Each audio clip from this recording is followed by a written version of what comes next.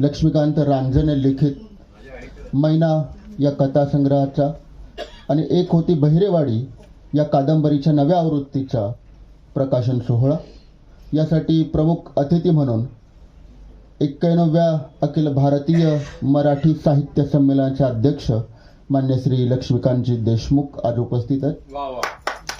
आपण त्यांचं स्वागत करूया. तर या कार्यक्रमाच्या अध्यक्षस्थान भूषविणार आहेत पुणे ग्रामीणचे अप्पर पोलीस अधीक्षक मान्य श्री मितेशजी घट्टे साहेब, यांचंही स्वागत. आणि या दोन्ही सन्मान्य अतिथींना मी विनंती करतो आपण व्यासपीठावर स्थानापन्न व्हावं. त्याचबरोबर लेखक लक्ष्मीकांत रांजणे, आपणासही विनंती आपण व्यासपीठावर स्थानापन्न व्हावं.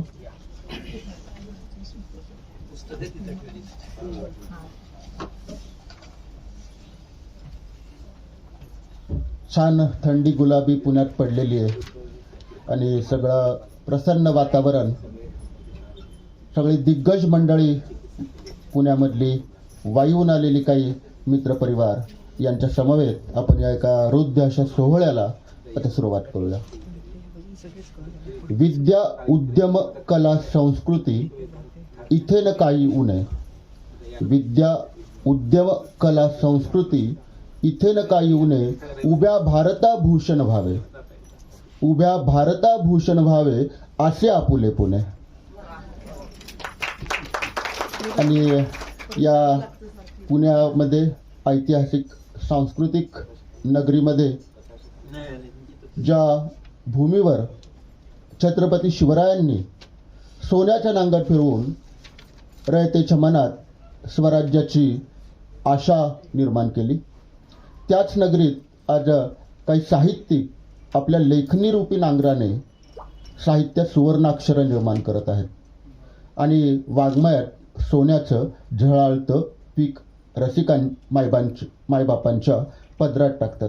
अशाच एका सारस्वताच्या लेखनीचं स्वागत करण्याचा, कौतुक करण्याचा हा सोहळा म्हणजे चतुरस्थ लेखक श्री लक्ष्मीकांत रांजणे यांच्या मैना कथासंग्रहाचा आणि बहिरेवाडी कादंबरीचा हा प्रकाशन सोहळा.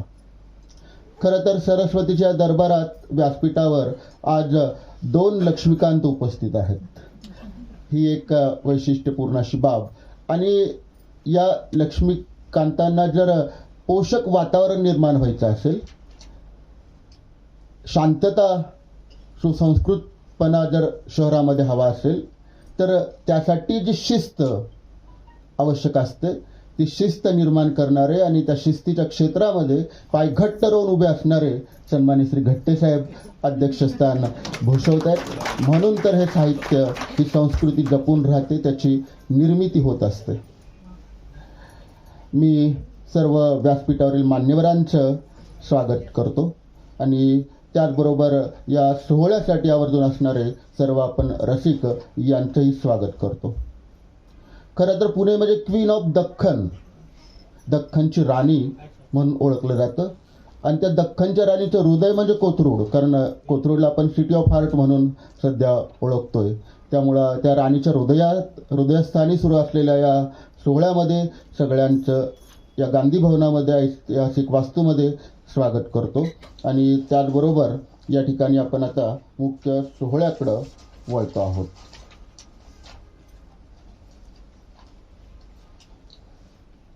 लक्ष्मीकांतजी देशमुख यांचा वेगळा असा परिचय आपणा सर्वांना करून द्यावा अशी आवश्यकता नाही. आपण सर्वजण त्यांना जाणतो, पण आपल्या प्रथेप्रमाणे औचित्य राखत आपण अल्पसा त्यांचा परिचय घेत आहोत.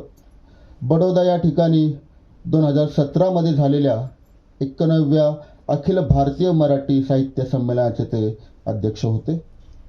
रसायनशास्त्रातील त्यांनी पदवी घेतली आणि त्यानंतर कोल्हापूर विद्यापीठातून मराठी साहित्य हा विषय घेऊन MA पदवी प्राप्त केली. अमेरिकेतून इंटरनॅशनल पॉलिसी या विषयावर एक अभ्यासक्रमही त्यांनी पूर्ण केलेला आहे. त्याचबरोबर अनेक प्रकारे प्रशासकीय सेवेमध्ये आपला आदर्श त्यांनी उभा केला. प्रशासकीय अधिकारी असताना अत्यंत संवेदनशीलपणे न्यायबुद्धीने सर्व प्रश्नांचे मार्ग लावलेले आहेत. त्याचबरोबर साहित्य क्षेत्रामध्ये हे त्यांचा दबदबा आजही आहे. अनेक पुस्तकं आपण त्यांची जाणत असतो. यामध्ये काही गाजलेले आणि उल्लेख करावेत असे म्हणजे हरवलेलं बालपण ही कादंबरी असेल किंवा स्त्रीभ्रूण हत्येसंदर्भात सावित्रीच्या गर्भात मारलेल्या लेकी नावाचा कथासंग्रह असेल. इन्किलाब आणि जिहाद ही आंतरराष्ट्रीय राजकारणाचं अंतरंग उलगडून दाखवणारी कादंबरी असेल. अशा जवळपास 6 कादंबऱ्या, 8 कथासंग्रह, 2 नाटक, 6,000 पुस्तकं अशी त्यांची एकूण साहित्य संपदा आहे. खरं तर त्यांच्या घरात गेल्यानंतर एखाद्या ग्रंथालयात गेल्याचा भास होतो, पण आपण इतर कुठल्या ग्रंथालयात गेलो तर तिथं सगळ्या लेखकांची पुस्तकं असतात, पण त्यांच्या घरातल्या ग्रंथालयात त्यांची स्वतःची पुस्तकं भरतील एवढं घर पुस्तकांनी भरलेलं आहे. शिवाय अक्षर आयान नावाच्या दिवाळी अंकाच्या मुख्य संपादक सुद्धा ते आहेत. आणि times of India award, Maharashtra foundation award, Maharashtra साहित्य पुरस्कार, महाराष्ट्र सरकारचा आदर्श जिल्हाधिकारी म्हणून पुरस्कार असे अनेक पुरस्कार त्यांना प्राप्त झालेले आहेत. त्यांचा अधिकचा परिचय लक्ष्मीकांत रांजणे यांच्या बोलण्यातून, त्यांच्या बोलण्यातून आपल्याला होतच राहणार आहे. हा गुगल परिचय आहे. आता लेटेस्ट परिचय आपल्याला त्यांच्या दोघांच्या बोलण्यातून नक्कीच होणार आहे. मी लक्ष्मीकांत रांजणे यांना विनंती करतो की आपण या प्रकाशन सोहळ्यामध्ये सन्माननीय अतिथी लक्ष्मीकांतजी देशमुख यांचं स्वागत आणि सत्कार करावा.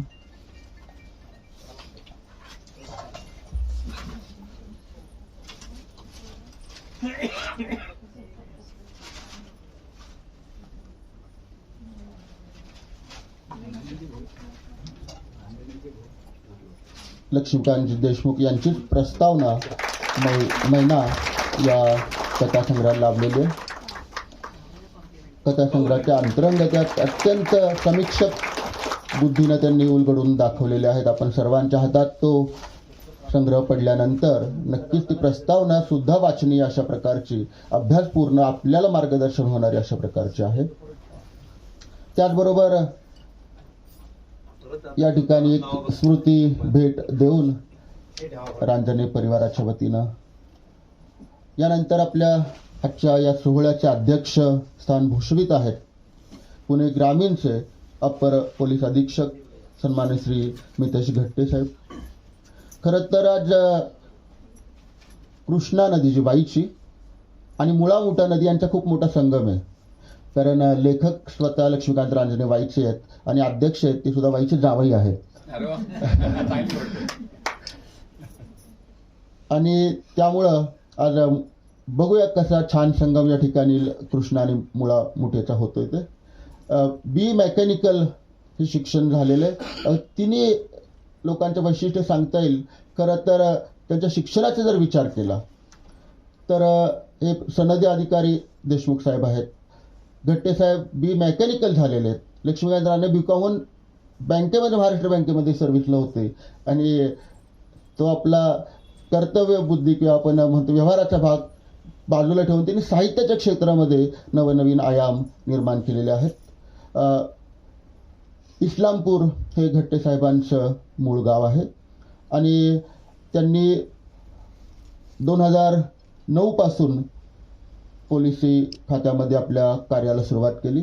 नाशिक या ठिकाणी सुरुवातीला ते रुजू झाले. त्यानंतर ठाणे, चिपळूण, कराड या ठिकाणी त्यांनी सेवा केली. खेड, राजगुरुनगर, रत्नागिरी आणि सध्या काही काळ पुणे शहराने आता पुणे ग्रामीणकडं ते सर्व्हिस करतायत, बजावतायत. साहित्यिक म्हणून सुद्धा आज आपल्या सोहळ्याला ते योग्य असे अध्यक्ष आहेत. कारण ते सुद्धा सतत लेखन करत असतात. म्हणजे एखादा सिनेमा पाहिला तर त्याच्यावर लगेच लिहितात, एखादी घटना घडली तर त्याच्यावर लगेच लिहित असतात आणि खूप संवेदनशील आहेत.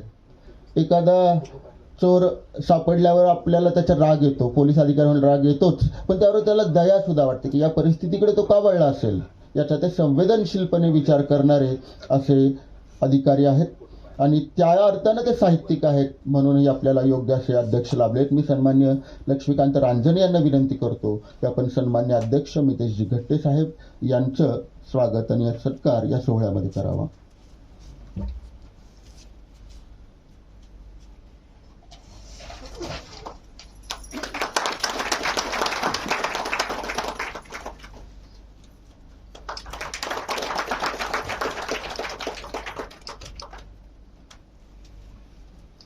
पुणेकरांच्या वेळेचा विचार करून अतिशय मोजका नीटनेटका कार्यक्रम आपण बांधलेला आहे. मैना ही लक्ष्मीकांत रांजणे यांचा कथासंग्रह येतो आणि त्याची नायिका मैना ही आहे. अत्यंत सुंदर, देखणी आणि ग्रामीण सौंदर्य लिहिलेली अशी मैना. तिच्या जीवनातलं दुःख मांडताना सुद्धा ते सौंदर्यपूर्ण रीतीनं मांडलेले आणि त्याचबरोबर त्या कथासंग्रहामध्ये इतरही खूप वाचनीय अशा कथा आहेत. त्या मैना कथासंग्रहाचं प्रकाशन या ठिकाणी आपण सन्मान्य लक्ष्मीकांतजी देशमुख यांना विनंती करतो आहोत की आपल्या शुभ हस्ते आपण मैना कथासंग्रहाचं प्रकाशन करावं.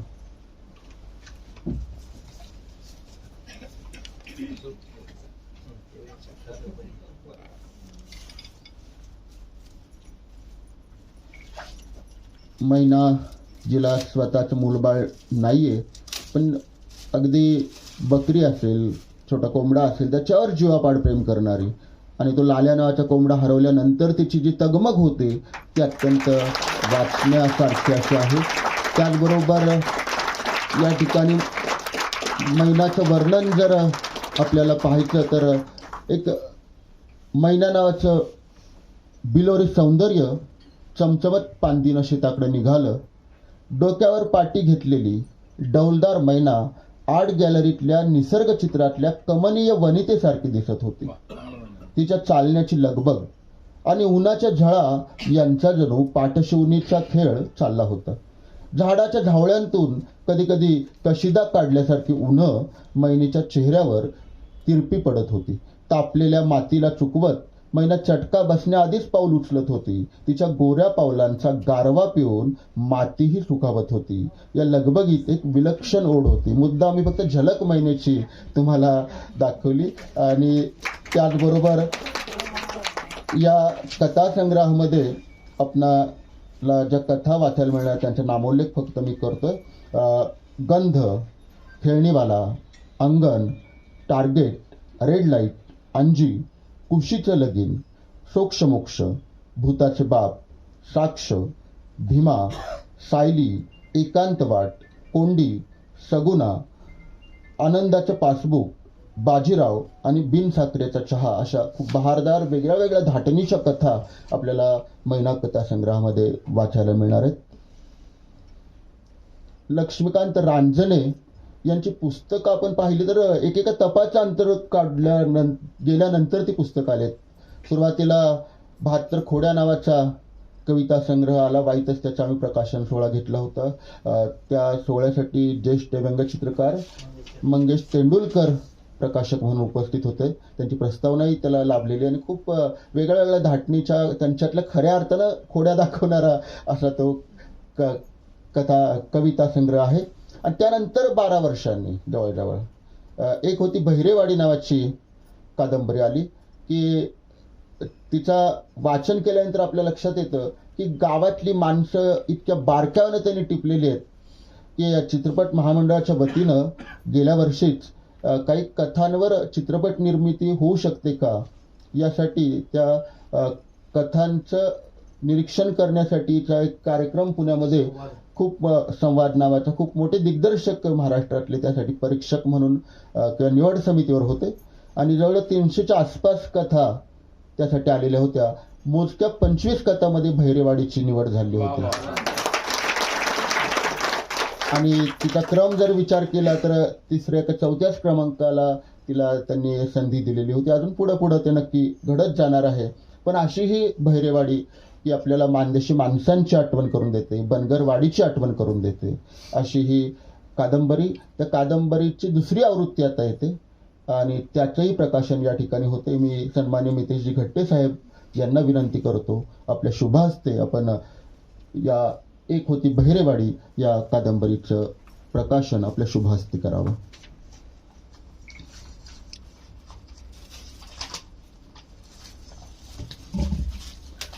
बहिरेवाडी ही कथा आहे साध्या भोळ्या भाबड्या पण खऱ्या माणसांची, त्यांच्या गावाची आणि गावाच्या एकीतून दिसणाऱ्या अनेक गोष्टींची. यात आहे प्रत्येकाची व्यक्तिगत, कौटुंबिक आणि एक अखंड सामाजिक गोष्ट.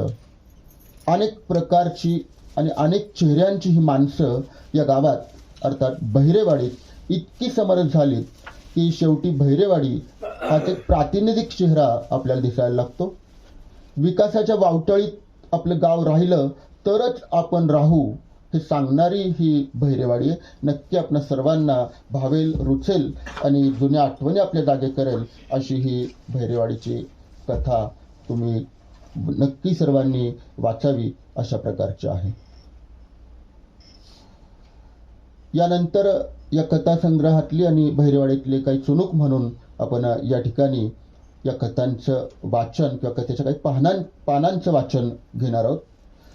गंध नावाची एक कथा जी लक्ष्मीकांत देशमुख यांनी या अख्ख्या कथासंग्रहातली लक्षवेधी कथा म्हणून म्हटलेलं आहे. ती गंध नावाची कथा या ठिकाणी त्याचं वाचन अभिवाचन करणारे सौ मधुरा टापरे आगरकर मॅडम. मधुरा टापरे आगरकर मॅडम या सुद्धा खूप सुप्रसिद्ध अशा अभिवाचक आहेत.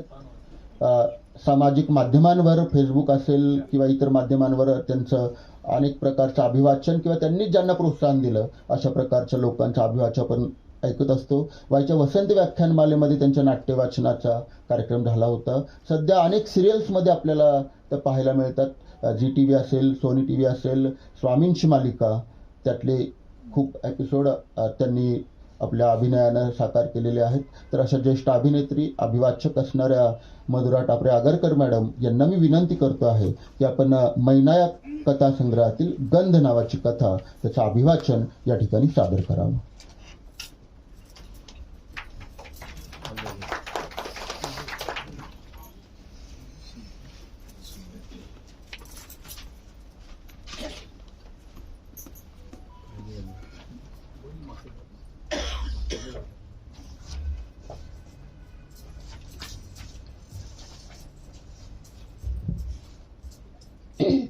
मान्यवर स्टेजवरचे मान्यवर सगळ्यांना अभिवादन करते, प्रेक्षकांना अभिवादन करते. मला ही वाचनाची संधी दिल्याबद्दल लक्ष्मीकांत रांजणे यांचे आणि त्यांच्या फॅमिलीचे पण आभार मानते.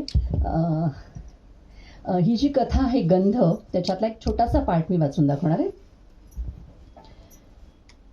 एका स्नोच्या बाटलीनं माझ्या सगळ्या गतस्मृती जाग्या झाल्या. आज खरंच असं विचारांनी, आठवणींचं वारूळ भरून आलंय.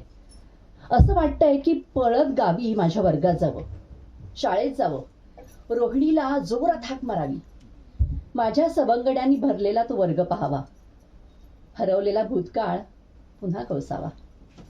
खरंच कालौघात कॅलेडोस्कोप सारखी चित्र कशी बदलत जातात ना. ते बालपणाचं चिमुरडं, रंगीबिरंगी रम्य चित्र या बाटलीतल्या सुगंधासारखं जपून ठेवावं. आता या क्षणी मला बाटलीत माझा वर्ग दिसतोय, पण या वर्गातून रोहिणी फुलपाखरासारखी कुठं उडून गेली कळालंच नाही. त्या वयात ओळख वाढवावी, ठेवावी असं कधी वाटलंच नाही, कारण गाव आणि सभोवतीच्या माणसांपलीकडं काही जग आहे याची त्या बालमनाला कल्पनाच नव्हती. एक परिकथा ही रोहिणीच्या बाबांच्या बदली बरोबरच संपली. रोहिणीनं शाळेचा दाखला घेतला आणि ते सुंदर स्वप्न दूरवरच्या परिराज्यात अदृश्य झालं. पुढं पुढं चित्र बदलत गेलं आणि नोकरी चाकरीच्या व्यवहारी चित्रात आम्ही कधी भरकटलो हे आम्हालाच कळलं नाही. पुढच्या संपूर्ण शालेय जीवनात रोहिणीची आठवण नेहमी यायची, पण ती कुठं आहे हे कधीच कळालं नाही. खरंच माझ्यासारखी रोहिणी सुद्धा दूर कुठंतरी स्थिरावली असेल. तिची 2 गोंडस मुलं आता मोठी होऊन मोठमोठ्या हुद्द्यांवर कार्यरत असतील. रोहिणी आता या नव्या चित्रातली परीराणी असेल. मी पुन्हा आपला स्नोचं झाकण लावलं, काहीसा शांत झालो. सभोवतालचं वातावरण अपरिचित वाटू लागलं. सध्याच्या अनोळखी गर्दीत जीव गुदमरून जातो. कोणीच माणूस परिचयाचा वाटत नाही. आजवरच्या प्रवासात या शहरी गर्दीत कधीच कोठे मला रहणी दिसली नाही. जो तो आपल्या चक्रात अडकलेला, मुलाबाळांबरोबर पळतोय, रोज नवा पेन आणि रोज नवी कोरी सॅक नावाची दप्तरं घेऊन शाळेला नाही तर स्कूलला जाणारी मुलं. मला उगाचच प्लास्टिकची कृत्रिम मुलं वाटतात. त्यांची शाळा सुद्धा निर्जीव वाटते. संपूर्ण परिसर हा किल्ली दिलेल्या माणसांचा वाटतो. मुलांना नेण्यासाठी आलेले पालक हे स्थितप्रज्ञासारखे घंटा होईपर्यंत उभे राहतात आणि घंटा होताच ही खेळणी चालू लागतात. पाठांतर, स्पर्धा परीक्षा, नंबर, चढाओ, टक्केवारा यात अडकलेली पिढी मला अगदी कोरडी ठाक वाटते. स्नोच्या बाटलीतल्या स्पंजची मजा यांना कधी कळणारच नाही. रंगीत काचा, चिंचोके, काडेपेट्टीचे टिक्के, पेन्सिलचे तुकडे, बिल्ले, कवड्या, काचोळी आणि हाडकी गोट्या ह्यांना कधी दिसणारच नाहीये. कॅडबरीच्या वेष्टनात अडकलेली ही टायवाली स्कूल चिल्ड्रन हाच टाय पुढे आवळत नेतात आणि स्पर्धेच्या तणावात स्वतःला विसरून जातात. कारण शाळा ते घर आणि घर ते कार्यालय, सर्वत्र डांबराचा तुळतुळीत रस्ता. त्यामुळे माती यांना कुठं दिसतच नाही. माती आणि नाती यांचं नातं डांबरावर कधीच जुळत नाही. कारण डांबराला त्याची एक्सप्रेस गती असते, माती मऊ असते. प्रेमाच्या पावसात मातीचा ओलावा हा माणसाला थांबवतो, विचारपूस करतो आणि इथंच नातं आकार घेतं. मित्र, शेजारी, काका, मामा, दादा आपोआप गोळा होतात. आपल्या नकळत असं चित्र आकार घेतं. मी पुन्हा माझ्या गावातल्या सडकेवर अडकलो. गुरुजी, बाई, काका, नाना, बापू सगळे दिसायला लागले. स्नोच्या गंधाबरोबर मी वाऱ्यासारखा माझ्या गावात पिंगा घालू लागलो. खूप वेळानंतर मी भानावर आलो. किती छान स्वप्न पडलं होतं. मी पुन्हा माझ्या हातातल्या स्नोच्या बाटलीकडे पाहिलं, झाकण उघडलं आणि एक बोट स्नो घेऊन दोन्ही हातांना चोळलं. चेहऱ्यावर सुगंधी हात ठेवून दीर्घ असा श्वास घेतला. या गंधाबरोबर मी पुन्हा त्याच सुंदर स्वप्नात जाऊ पाहत होतो. इतक्यात माझी मुलगी सोनी कॉलेजमधून आली. हे काय पप्पा, स्नो? अय्या स्नो आणि तुम्ही लावताय की काय? नाही ग, वाण्यानं सामानात दिलंय. मी सहज वास घेत होतो. बघ ना किती छान वास आहे. वाव, किती छान वास आहे पप्पा. आम्हाला ना मॅथ्स लाईक नव्या मॅडम आल्यात. त्या बहुतेक हा स्नो वापरत असाव्यात. अगदी तसाच वास येतोय. Yes papa. छान, म्हणजे आज सुद्धा कोणीतरी हा स्नो वापरतोय तर. पप्पा, पण जनरेशन तुमचीच असणार आहे, कारण मॅम बहुतेक तुमच्याच वयाच्या असतील. असू दे. पण तुला तो वास आला आणि त्या वासानं तुला तुझ्या क्लासरूमच्या त्या मॅमची आठवण झाली. हे काय कमी आहे का? मी आपली काहीतरी चुकीची गणितं मांडत होतो. वा, म्हणजे आजही गंध आणि त्याच्या स्मृती अबाधित आहेत तर. खरं सोनी, या जाणीवा जपायला हव्यात. हे सारे गंध जपून ठेवता आले पाहिजेत. पप्पा, काहीतरीच तुमचं. आता पाहिजे तो परफ्यूम बाजारामध्ये विकत मिळतो. आता मोगरा बघा, पिढ्यानपिढ्या तोच वास. चमेलीची बाटली मागितली की तोच सेंट मिळतो. तेव्हा मी म्हणते, गंध कशाला लक्षात ठेवायचे? त्या वासाचं फक्त नाव लक्षात ठेवायचं. हो, नावच लक्षात ठेवायचं. कारण माझ्या लहानपणी त्या बाटलीवर हेच नाव होतं. पण सोनी, वासाला सुद्धा त्याच्या काळाचा म्हणून एक गंध असतो, आठवणींचा गंध. अगं हे गंध स्वतःचं नावच काय, रूप, वय सगळं काही घेऊन जातात. तेव्हा नावापेक्षा गंध आणि त्याची आठवण महत्वाची. एनिवे सोनी, तुझ्या त्या नव्या मॅमचं नाव काय ग? पप्पा, मॅम म्हणजे ना एकदम इंटेलिजंट लेडी आहे. पण मॅमची काहीतरी ट्रॅजेडी असावी. त्या लेक्चर पुरत्याच आनंदी असतात, अदरवाईज एकदम उदासीन. त्यांचं नाव काय बरं? रोहिणी देशमुख समथिंग. काय? Yes papa. एवढं चमकायला काय झालं? नाही ग, तसं नाही. म्हणजे त्या इतक्या बुद्धिमान. Yes papa, she is only lady. Ma'am is still unmarried, you know. Oh, पण सोनीचा मोबाईल वाजला आणि सोनी पळाली. मी त्या स्नोच्या बाटलीचं झाकण घट्ट लावलं. स्नोनं माखलेले ते हात साबणानं स्वच्छ धुतले. किंचित वास येत होताच.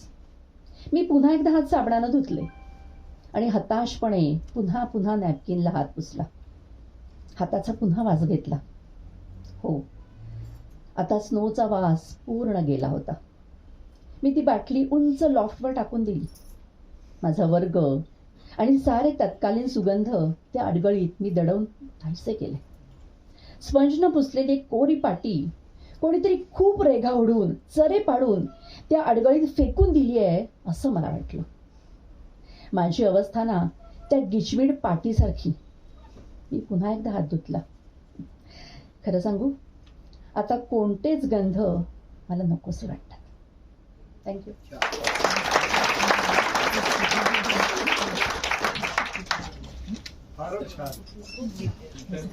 तुम्हाला काय वाटतं की आता मिसेस लक्ष्मीकांत रांजणे घरी गेल्यावर पहिलं काम कोणतं करते? लॅपटॉप नक्की पहा वहिनी. आणखीन अशा किती प्रकारच्या गंधांच्या बाटल्या सापडतात एकदा शोधलं पाहिजे आपल्याला. सांगा. 72 कोड्यातली एक खोड फक्त आताशी आपल्या पुढं आली. खरं तर आयोजकांनी संधी दिली अशी म्हणण्यापेक्षा त्यांनी आपल्या संधीला मान दिला आणि कथा सादर केली, याबद्दल आम्ही मनपूर्वक धन्यवाद. आता यानंतर आपण या ठिकाणी बहिरेवाडी एक होती बहिरेवाडी या कादंबरीमधील काही निवडक वेचांचं वाचन या ठिकाणी करणार आहेत सन्माननीय दीपक जिरेगे, ज्यांना सर्व पुणेकर एक हरहुन्नरी कलावंत म्हणून ओळखतात. खरं तर त्यांची पहिली ओळख कदाचित तुम्हाला सगळ्यांनी ऐकली आहे पण माहिती नाही. म्हणजे तुम्ही हा आवाज नक्की ऐकला असेल की पुण्यावरून वाईला जाणारी एस.टी. फलाट क्रमांक 7 उभी आहे. ज्या प्रवाशांना एस.टीमध्ये जायचं आहे त्यांनी कृपया चटकन आपल्या सीटवर बसून घ्यावं. अशा प्रकारे फक्त पुण्यात नव्हे, महाराष्ट्रातल्या 197 बस स्थानकावर ज्यांचा आवाज आपण पूर्वी कधी ना कधी ऐकला असेल, तो आवाज सुरुवातीच्या काळात दीपकजी रेगे यांचा होता. आणि आज आता धीर गंभीर गुढ गंभीर असा एक आवाज म्हणून तो आवाज आता आपल्या सगळ्यांना परिचित झालाय. अनेकदा त्यांचं वाचन आपण ऐकतो का, विशेषतः सध्याच्या काळामध्ये लक्ष्मीकांत रांजणे यांच्या अनेक कथांचं वाचन त्यांनी केलं आणि ते यूट्यूबवर वगैरे आपल्याला ऐकायला मिळत असतं. आणि या क्षेत्रामध्ये दमदार पावलं टाकत आज ते नाट्य परिषदेचे मुख्य कार्यवाह म्हणून काम पाहत आहेत. त्यांची नुकतीच निवड झाली.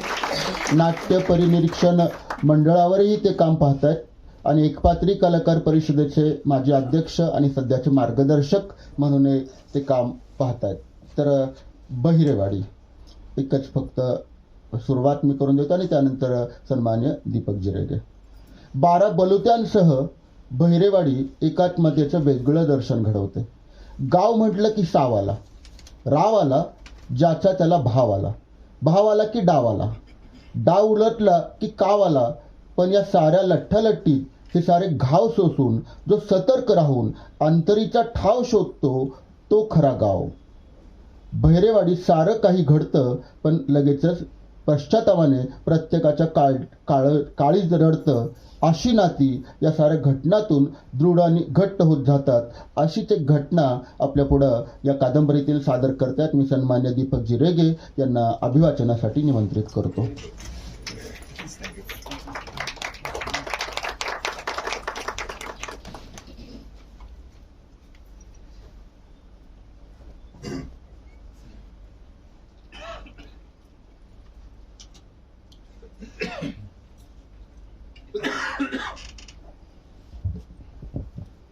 नमस्कार. सुरुवात करतो.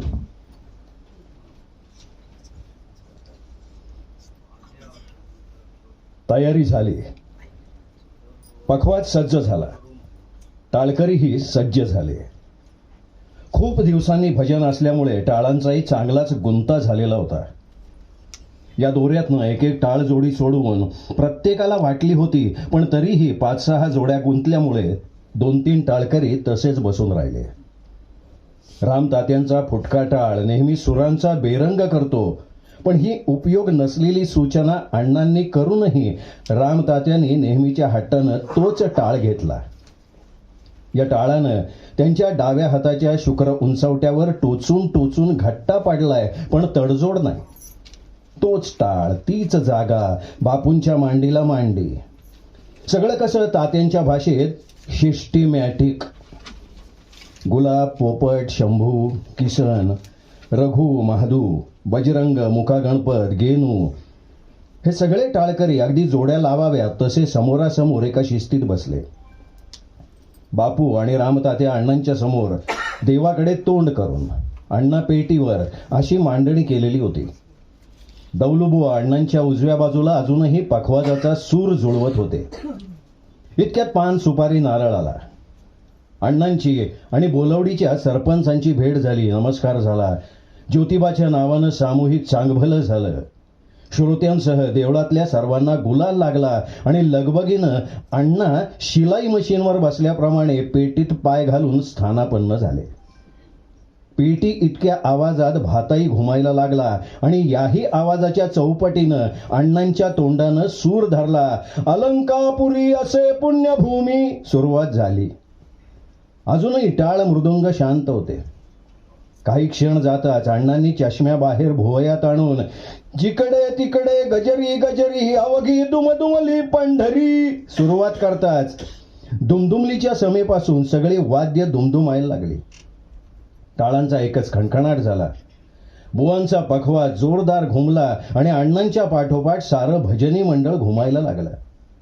सर्वांनी बरोबर टायमिंग साधल्याचा आनंद अण्णांच्या चेहऱ्यावरनं वाहत होता. सुरुवातीच्याच ठेक्यावर यश मिळाल्यानं अण्णांचा जोर वाढला. कोणीही अण्णांच्या टॉन्सिल सहज पाहू शकेल इतका मोठा आ म्हणजे आलाप चालू होता. पायांच्या अंगठ्यांपासून ते टोपीच्या टोकापर्यंत अण्णा त्या पायपेटीत समरूप होऊन तल्लीन झालेले होते. त्यांना कुठलंही भान नव्हतं. आता सर्वांनी जरी फुटके टाळ कुठले असते तरी अण्णांना त्याची पर्वा नव्हती. इतके शुद्ध हरपून ते तार नव्हे तर लोखंडी गजाच्या सप्तकात गात होते. त्यांचा हा टिपेचा सूर गाठण्याचा असफल प्रयत्न सगळं भजनी मंडळ करत होतं आणि त्यामुळे एकूणच देवळात एक बेसूरता किंवा ओघानं भेसूरता आलेली होती. पण जत्रेच्या वातावरणाला अत्यंत गरजेचे असलेले नेमके हेच सूर, हेच भजन सगळ्यांना अभिप्रेत होतं. उलट जसा आवाज वाढेल तशी उत्तम दाद मिळत होती. या गाणाऱ्यांपेक्षाही मोठ्या आवाजात बोलवडीचे कुलकर्णी मास्तर वा अण्णा वा लय शाबास दाद द्यायला लागले. घेई घेई माझे वाचे, घेई नाम विठ्ठलाचे, नंतर हरिमुखे तसं चोख्याचं अबिर गुलाल माझे माहेर असे एकापेक्षा एक सरस अभंग आणि असा कसा देवाचा देवबाई लंगडा ही गवळण इत्यादी बाण अण्णांच्या पेटीच्या भात्यात होते. आज श्रोत्यांना खऱ्या अर्थानं घायाळ करण्यासाठी अण्णांची बोटं स्वरांवरनं लिलया फिरत होती. इथं नुकती सुरुवात होती.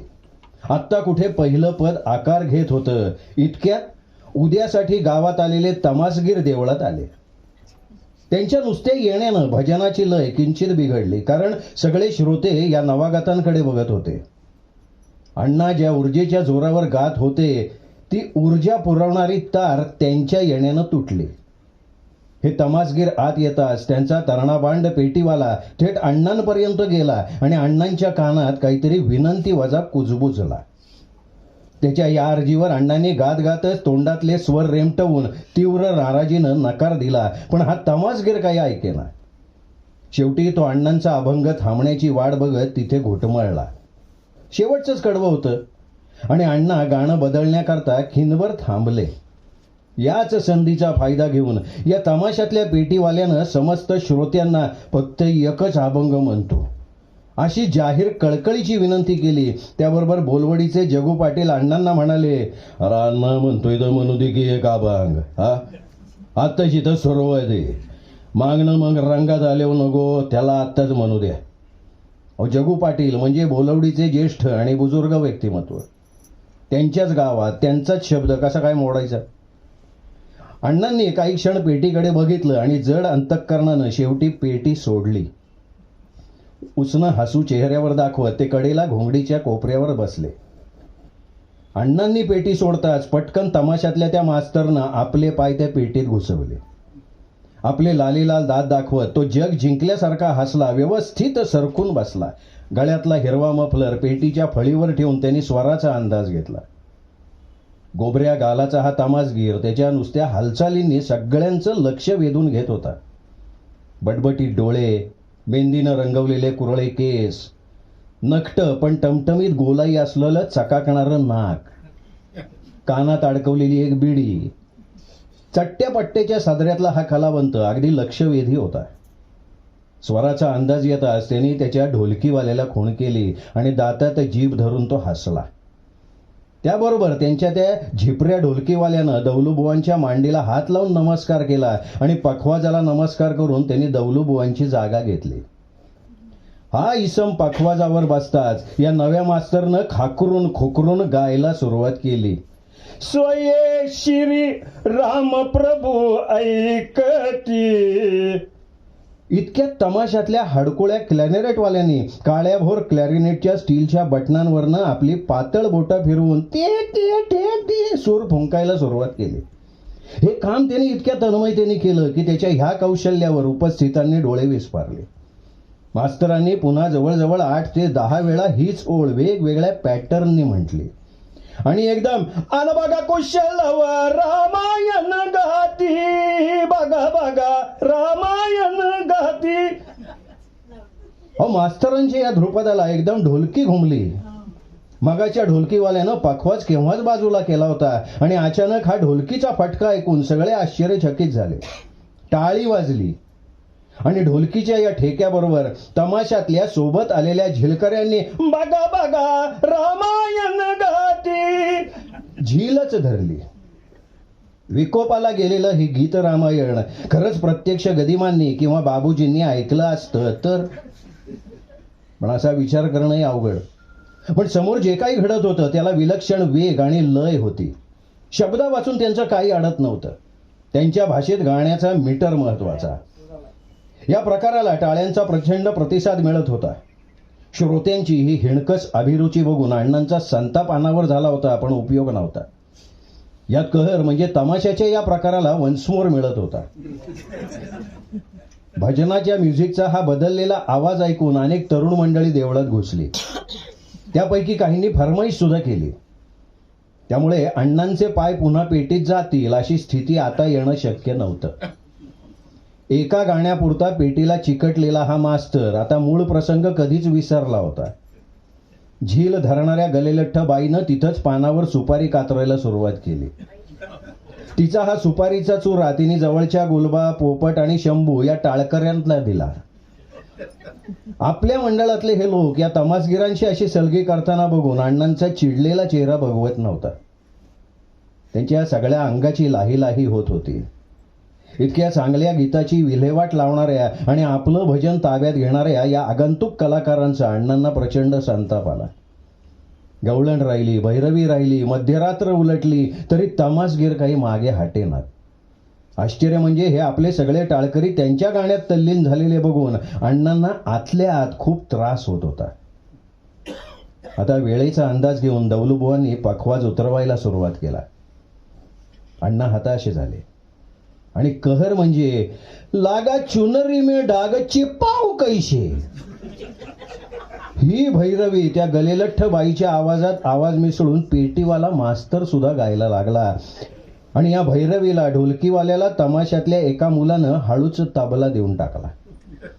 तितक्याच वेगात ढोलकीवाल्यानं हातात घुंगराचा गाजरा बांधला आणि शेकडो मुखडे तुकडे भरून त्यांनी या तबल्याला उरल्या सुरल्या साळ्या टाळ्या वसूल करून टाकल्या.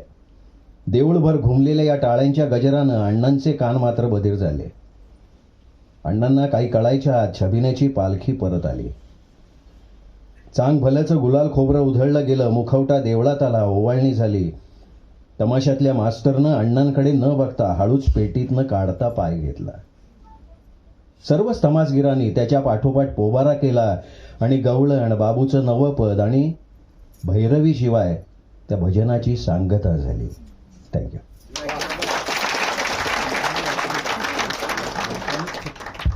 वा, क्या बात. खरंच आवाजासाठी पुन्हा एकदा जोरदार टाळ पाहिजेत. मला वाटतं आपण गाण्यांना वन्स मोर ऐकले असतील, पण यांच्या कथेला लोक वन्स मोर नक्की मागतील. आणि बहिरेवाडीचं जर व्हॉइस बुक व्हायचं असेल तर दीपक रेगेंच्या आवाजातच ते झालं पाहिजे अशी नक्की सगळ्यांची इच्छा असणार आहे.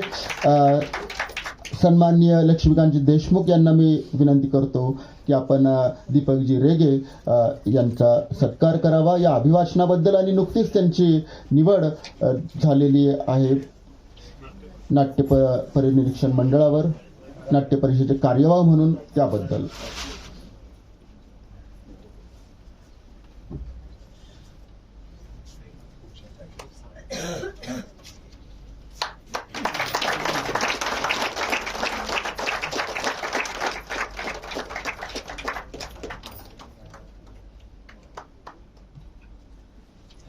त्याचसोबत सौभाग्यवती मधुरा टापरे आगरकर मॅडम यांचाही सत्कार करावा अशी विनंती सन्मान्य अध्यक्ष मितेशजी घट्टे साहेब यांना मी करतो.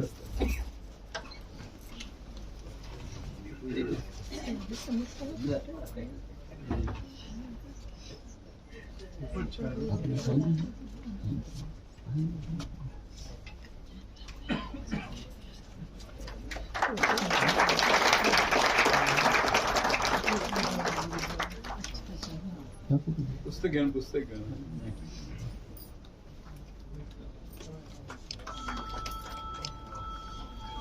रांजणे मॅडम.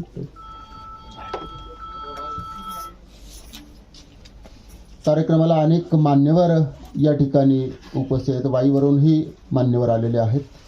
त्याचबरोबर या ठिकाणी आवर्जून सौभाग्यवती घट्टे मॅडम उपस्थित आहेत.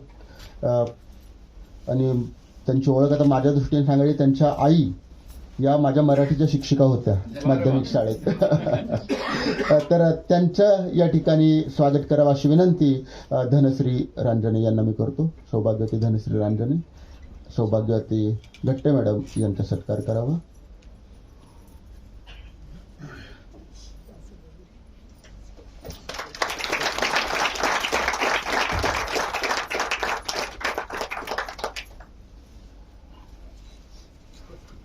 लक्ष्मीकांत श्रीपाद रांजणे असं पूर्ण नाव. महाराष्ट्र बँकेत सेवा चालू असताना 10 वर्ष आधी जवळजवळ स्वेच्छानिवृत्ती घेतली. कशासाठी? तर लेखन करण्यासाठी. आणि लेखनाबरोबरच लेखन करण्याची इच्छा असताना मात्र प्रत्यक्ष मधल्या काळामध्ये लेखन केलं नाही असं नाही, पण मग कोणाची कार्यक्रम पत्रिका लिहून दे, कोणाची निबंध पत्रिका लिहून दे, अशा भाकऱ्या इतर भाजल्या. आणि नंतर मग स्वतःकडे लक्ष गेलं तेव्हा ही कादंबरी आली, कथासंग्रह आला.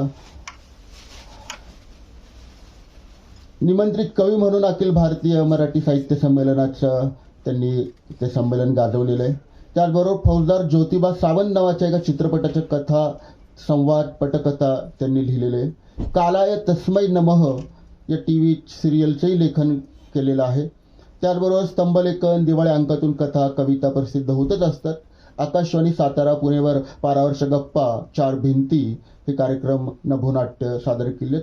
शब्दसागरातील मोती आपण जे ऐकत होतो त्याच्यातल्या काही भागांचं लेखन त्यांनी केलेलं आहे. राज्यनाट्य स्पर्धेत भूमिका आणि लेखन केलेलं आहे, त्याबद्दलचे अनेक पारितोषिकही त्यांना आहेत. काही चित्रपटातून मोजक्याच छोट्या भूमिकाही केल्यात. वाईमध्ये विशेषतः लक्ष्मीकांत रांजणे हे ओळखले जातात ते म्हणजे वाईमध्ये गणेशोत्सवामध्ये जिवंत सजावट सादर केली जाते. अशा सजावटीची सुरुवात आणि आज तगायत लेखन करणारे लक्ष्मीकांत रांजणे आहेत. त्याचबरोबर गतवर्षीच्या झी गौरव जो जी टीचा सोहळा असतो वार्षिक, त्याच्यामधला जो सुरुवातीचा पोवाडा होता तो पोवाडा लक्ष्मीकांत रांजणे यांनी लिहिलेला होता. वाईमध्येच वसंत व्याख्यानमाला जी 100 वर्षापेक्षा जास्त काळ चालते त्याचे गतवर्षीपर्यंत ते कार्याध्यक्ष आणि कार्यवाह होते. कृष्णाई कलामंच ते सचिव म्हणून त्यांनी पाहिलं की ज्यांनी 10 वर्ष एक पात्री राज्यस्तरीय स्पर्धा घेतल्या. मराठी साहित्य मंडळ पुणे शाखेच्या कार्यकारिणीच्या सदस्यपदी त्यांची निवड आहे. वाई लोकमान्य टिळक स्मारक संस्थेचे ते सध्या संचालक आहेत. आणि त्याचबरोबर सरस्वती करंडक, दमा साहित्य सभेचा प्रथम पुरस्कार, एकांकिकेला पु ल देशपांडे लेखन पुरस्कार, साहित्यज्योत पुरस्कार, डॉक्टर मीरदेव गायकवाड पुरस्कार, आदर्श कामगार पुरस्कार, साहित्य संस्कृती सेवा पुरस्कार, ग्रंथ भास्कर पुरस्कार, राज्यस्तरीय काव्य पुरस्कार, बालकथा लेखन पुरस्कार आणि महाराष्ट्र ऊर्जा विकास महाऊर्जा स्लोगनसाठी विशेष पुरस्कार असे प्राप्त झालेत. आणि ज्यांची 2 पुस्तकं आपल्या समोर येत आहेत त्या आजच्या उत्सव मूर्तींना विनंती करतो की आपलं मनोगत आपण व्यक्त करावं.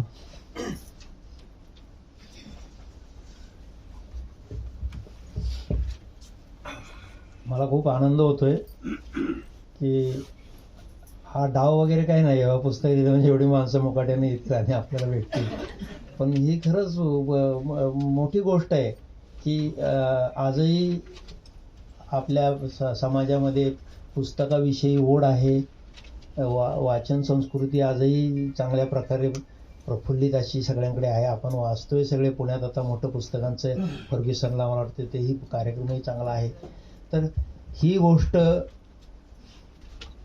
हळूहळू कमी होत चालली. नवी मुलं किंवा काय लिखाणाच्या आता ही संस्कृती पुन्हा रुजवली पाहिजे आणि त्यामुळं लिहिणारे हात लिहिलं पाहिजे. आता लिहिण्याचं माझी एक व्याख्या आहे की सरांनी मला सांगितलं की आपण एक गोष्ट लिहितो पण ती कशी लिहितो तिथून साहित्य सुरू होतं. त्याचं आपण कशी मांडतो आणि मग त्यात दर्जा आहे. गाण्यात जसं लाईट गाणं असतं, शास्त्रोक्त गाणं असतं, तसं मला माझे गुरु ज्यांनी प्रस्तावना त्या कादंबरीला लिहिली, अर कुलकर्णी, ते म्हणायचे की मला राजू म्हणतात वाईला, तर लाईट गाण्यातला माणूस म्हणजे ते.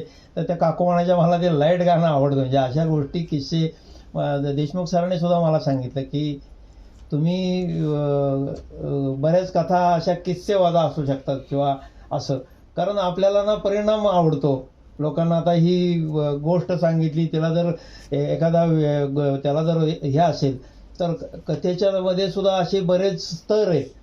तर त्यातले त्या सगळ्या गोष्टी आहेत. आज आपण अनेक मान्यवर इथं आलेले आहेत. माझे सर पाटणकर सर आलेले आहेत, आमच्या सवंगडीची सगळी मंडळी आलेली आहेत. नंतर चरेगावकर सर आलेत, विभा काळे मुंबईवरून आल्यात, लागू सर आलेले आहेत. असे सगळे मान्यवर माझे नातलग आलेत आणि हे सगळे आज ह्या वाईमध्ये हा सोहळा आपला गणपती घाटावर झाला होता आणि तिथं केवढा मोठा माहोल आणि ते सगळं प्रांगण भरलेलं. तर पुण्यात येऊन वर्षभरामध्ये इथं मला एवढ्या लोकांनी प्रेम दिला, इतकी माणसं नकळत जोडली गेली. तर ते एखादा व्यसनी माणूस कसा त्याचं दुकान शोधतो तसा ही कलावंत मंडळी किंवा साहित्यिक मंडळी आपोआपच त्यांचं दुकान शोधतात आणि ती माणसं नकळत चिकटली जातात. हा वेगळा मॅग्नेटिक हे आहे. आपण सर्वजण इतक्या क्विक माझ्याशी जोडले गेलात त्याचं मला आश्चर्यही वाटतं. किंवा आमच्या घरातल्यांनाही माहीत नसेल की ह्या माणसानं बाहेर एवढा परिवार जोडलाय की कसं काय, किती संस्थान काय. देशमुख सर आणि घट्टे सर ही मला माझ्या वाईनं दिलेली संपत्ती आहे. वसंत व्याख्यानमालेमुळं ही माणसं मला मिळाली आणि ते नंबर मी टॅक्टफुली वापरले आणि मग ते गळ घातल्यासारखे की सर आपण वाईत भेटलो होतो. हा अतिशय हृदय गोष्ट आहे आणि त्यामुळे त्यांना माझ्या विनंतीला सरांनी मान दिला आणि या कादंबरीचं ह्या एक महिना कथेसंग्रहाची प्रस्तावना लिहिली. सरांनी प्रस्तावना इतकी सुंदर लिहिली आहे की इतक्या मोठ्या माणसांनी माझ्यासारख्या छोट्या लेखकाला इतका वेळ द्यावा आस्थेनं आणि त्याच्याबद्दल मला त्यांनी अतिशय मोलाचे असे काही मंत्रही दिलेत की काय करायला हवं आपण. त्यांनी ते म्हणाले की तुम्ही तुमचा शोध घ्या, कारण एकच माणूस नकला पण करतोय, गाणी पण म्हणतोय, काय आणखी काय काय करतोय, पोवाडा करतोय, कुठं सगळं आता सरांनी सांगितलं तसं. तर त्यात वेळ जातो आपला आणि आपलं नेमकं काय आहे, आपल्याकडे स्पार्क कशात आहे आपल्याला तो शोधला जात नाही. पटवर्धन सर सुद्धा तुम्ही मला म्हणाला होता की आपण काय केलं पाहिजे ह्या सगळ्यातलं, तर ते निवडता आलं पाहिजे आपल्याला. आणि या आयुष्याच्या मला या टप्प्यावर त्यांनी मला हा सल्ला दिलाय आणि मला वाटतं की मी अंतर्मुख होऊन मला स्वतःला निवडलं पाहिजे. आणि त्यांच्या सल्ल्याप्रमाणे मी आज सर वचन देतो की मी तुम्हाला अपेक्षित असणारं साहित्य नक्की निर्माण करेन. माझे आईवडील शिक्षक त्यामुळं घरात वातावरण असंच होतं. आणि माझ्या आईवडिलांनी कधी पोतं टाकून मला अभ्यासाला बसवलं नाही, कधी शिकवलंही नाही. त्यांचं असणंच आम्हाला खूप काही शिकवायचं. आज बसोडे सर सुद्धा आले, त्या सगळ्याचे साक्षीदार माझे वाईवरून आलेली बरीच माणसं आहेत. आणि त्यामुळं आम्ही घडत गेलो. एकदा मला 97 मार्क पडले गणितात. मी पाखरासारखा घरी आलो, आता आप्पा आमचे शाबासकी देतील. नमस्कार केला, प्रगती पुस्तक दाखवलं, बघितलं, म्हणलं गणितात 97 मार्क पडले. ते म्हणाले, तू यंदा 3 मार्काचा गणितात अडाणीच राहिलास. जेव्हा 35% माणसं नोकऱ्या करतात तेव्हा किती अडाणी माणसं देश चालवतात याचं मला नंतर हळूहळू कळायला लागलं की 65% अडाणी माणसं हे केवढं मोठं काम करतायत. आणि ते 3% किंवा 3 मार्क मला अजूनही छळतायत की परिपूर्ण होणं म्हणजे काय, ते देशमुख सरांनी मला खूप छान सांगितलं. आणि ते त्याच्यासाठी आपल्याला स्वतःला तिथपर्यंत न्यावं लागेल. आमच्या घराला पण एक साहित्याचा वारसा आहे. वाईचा पहिला रेडिओ स्टार माझे बंधू आहेत जे आले तिथं आता. यो आणि मध्ये कथा लिहायचे. आणि वाईचं कॉलेज म्हणजे साहित्यिक कॉलेजच. तिथला कृष्णाई अंक गेली 50 वर्ष माझ्या कॉलेज सुरू झाल्यापासून दरवर्षी युनिव्हर्सिटीत पहिला येतोय. त्या अंकामध्ये तो लिहायचा, मी लिहायचो. मलाही तेव्हा सरस्वती करंट. आता हे मुलांचं त्या काळातलं तत्कालीन लिखाण होतं. पण असा एक आम्हाला साहित्याचा वारसा आहे. माझ्या वडिलांनी चीनच्या युद्धात वगैरे पोवाडा लिहिला होता. तेही शिक्षक असल्यामुळे ते अशाच सगळ्या गोष्टी करायचे. सगळ्यात महत्वाचं म्हणजे माझी पत्नी, जी बँक ऑफ महाराष्ट्रामध्ये अधिकारी आहे, पण ती माझ्या प्रत्येक कवितेचा, कलाकृतीचा पहिला आरसा असते. मला तरुण भारतला लिहायचं होतं. एक तळ आता एवढा मजकूर होता, काय सदर होतं कॉलम. तर ते इतकं की 7:15ला बातम्या संपल्या की 7:30ला तो मुलगा न्यायला यायचा स्क्रिप्ट. इतकं ते क्विक होतं. तर हिला म्हणलं काय नाव द्यावं त्याला. ती म्हणली इतकं फास्ट येतं त्याला फास्ट फूड नाव द्या. आणि ते फास्ट फूड नाव इतकं तो तात्या काका बांड्याच्या गप्पा होत्या त्या. आणि ते बरेच वर्ष 2 वर्ष जवळजवळ मी लिहित होतो ते. माझा मुलगा तो सुद्धा चांगला कवी आहे. पण त्याच्यानंतर त्याने एक लहानपणी कविता केली, देवा तुझ्या रंगपेटीत किती रंग भरलेत, सभोवती आमच्या ते छान कसे सांडलेत, असं निसर्गाचं वर्णन करणारी ती कविता. आणि नंतर एकदा कधीतरी कॉलेजला त्याने एक गझल लिहिली होती. आणि त्याच्यानंतर कधी चुकून सुद्धा त्यानं तिकडं वळला नाही. कारण त्याला माहिती आहे यांना तिकडं कवी संमेलनाला गेले तरी 20 रुपये कुठे देत नाही. माझा भाचा तेजपाल तुम्हाला माहितीच आहे, टीव्हीवर वगैरे असतो. माझी सुनबाई एक चांगली वाचक आहे. बायका सगळी भांडी कुंडी आणतात माहेरी सासरी जाताना. हिनं रुखवतावर काहीही ठेवलं नाही. सगळ्या महाराष्ट्रातल्या दिग्गज लेखकांची पुस्तकं ती घेऊन आली. आणि आमच्या घरात आज तिचा रुखवत कायम मांडलेला आहे. ती बाकीच्यांचा रुखवत झाकून ठेवलेला असतो. आमचा रुखवत अजूनही लोक आवडीनं पाहतात. इतकी सगळी छान पुस्तकं तिनं आणलेली आहेत. आणि तिला वाचनाचा खूप चांगला छंद आहे. प्रत्येक व्यक्तीबद्दल आमच्या सांगता येईल, कारण हे कसं आहे आता पर्यायच नाही तुम्हाला. पुण्यात आलो, माझे मित्रही आलेले आहेत बरं का, वर्ग मित्र. ससाणे मॅडम आल्यात, ससाणे सर आलेत. ससाणे मॅडम ह्या अतिशय वाईतल्या मोठ्या कथाकार आहेत. त्यांच्या कथा मी अनेकांना वाचून दाखवलेल्या आहेत. इतक्या त्या चांगल्या साहित्यिक आहेत, कवयित्री आहेत. ही माणसं माझ्यावर जीवापाड प्रेम करणारी माणसं आहेत. ती सगळे आलेली आहेत. आता संपवतो मी. वाईला एवढी वर्ष काढल्यानंतर पुण्यात आलो. मेट्रो किंवा मोठ्या शहरात गेल्यानंतर माणूस प्रगल्भ होतो, हुशार होतो. पण मी शपथ घेऊन सांगतो, मी लहान झालो. कारण इथं आल्यावर मला सगळे डोंबऱ्याचे खेळ खेळता आले. मला प्रत्येक ठिकाणी संधी मिळाली. कराओकेचं गाणं म्हण, कुठं नाट्यछटीत काम कर. ज्येष्ठ नागरिक संघटनेत तर मी मला वाटते 5 रोल केले होते एके दिवशी. 5 रोल. सकाळी भगतसिंग, दुपारी दारोड्या, संध्याकाळी असं सगळं. आणि ते इतकं उधळलो मी की मी मोठा व्हायच्या ऐवजी पुन्हा लहानच झालो. म्हणजे ही फार मोठी गंमत आहे. हा रिव्हर्स फार कमी लोकांना मिळतो. डान्स केला. आणि हे सगळं मला पुन्हा मी इयत्ता 4थी इतकी सगळं एन्जॉय केलंय. म्हणजे असा पुनर्जन्म फार क्वचित होतो एखाद्याचा, तो माझा झाला. सवंगडी, कुसुमाग्रज कट्टा, वसुधा क्रिएशन्स, एकपात्री कलाकार परिषद, निळू फुले अकादमी, आपलं मराठी मंडळ, ह्या सगळ्यामध्ये मी आता आणि सगळ्या कार्यक्रमांना वगैरे जात असतो वगैरे वगैरे. तर ह्या सगळ्यामध्ये मी आनंद घेतोय. महत्वाचं राहील की हे पुस्तक मला छापायचं होतं. मी 2-3 प्रकाशकांना पुण्यात भेटलो. ते एक आजोबा म्हणाले, रांजणे तुम्ही इथं बसा, दिवसभर बसा, एक तरी पुस्तक कोणी विकत घेते का पहा, मग आपण तुमचं पुस्तक छापू. एक जण म्हणाले, हे पुस्तक वाचायचे पैसे तुम्हाला भरावे लागतील. खरं म्हणजे रेग्यांचं जर त्यांनी किंवा टापरे मॅडमचं ऐकलं असतं तर त्या माणसानं हा प्रश्नच केला नसता. पण वाचायचे पैसे द्यावे लागतील वगैरे वगैरे. तर मला माझ्या पूर्वी ज्यांनी कादंबरी छापली त्याचं वाक्य आठवलं. ते ह्याचे ओगलेवाडीचे मूळचे, ते कोल्हापूरला रावा प्रकाशन, त्यांनीच हे पुस्तक छापलं. तर राहुल कुलकर्णी, त्यांनी मला तेव्हाच सांगितलं होतं की तुम्ही इथून पुढे काहीही लिहा आणि मला पाठवा, मी ते छापणार. आणि त्याचं त्या शब्दांची आठवण झाली. मी त्यांना फोन केला आणि हे सगळं पाठवलं.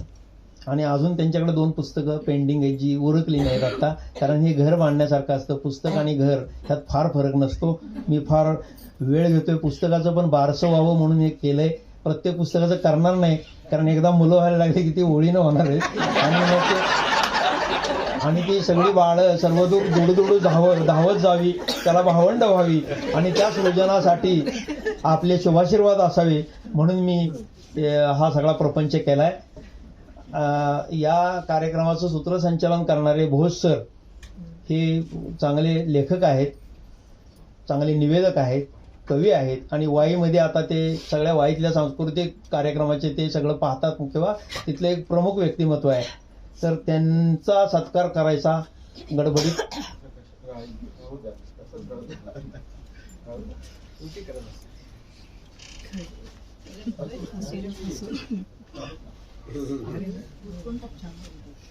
आणि गंमत म्हणजे कसं होतं बघा, सहवास. सरांनी बालनाट्यांचं पुस्तक लिहिलंय आणि इथं त्यांना आता त्याचं कव्हरही मिळालंय. मी सरांना विनंती करेन की तुम्ही पाहुण्यांना ते कव्हर दाखवा. आणि चिंची चेटकीन म्हणून त्यांचं आता पुस्तक येणार आहे. तर सरांचाही सत्कार देशमुख सरांना विनंती करतो की आणला असेल तर दाखवा सरांना.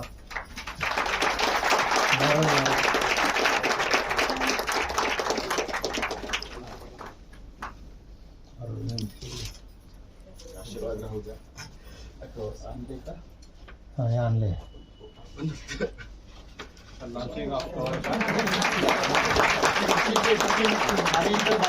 चिंची चेटकीन आणि इतर बालनाट्ये येतंय पुस्तक. हे पुस्तक येते. तुमच्या नातवांना वगैरे सांगा. आणि चेटकीनेचा रोल मोकळा आहे, दोज हू आर इंटरेस्टेड. आता पुढचं निवेदन.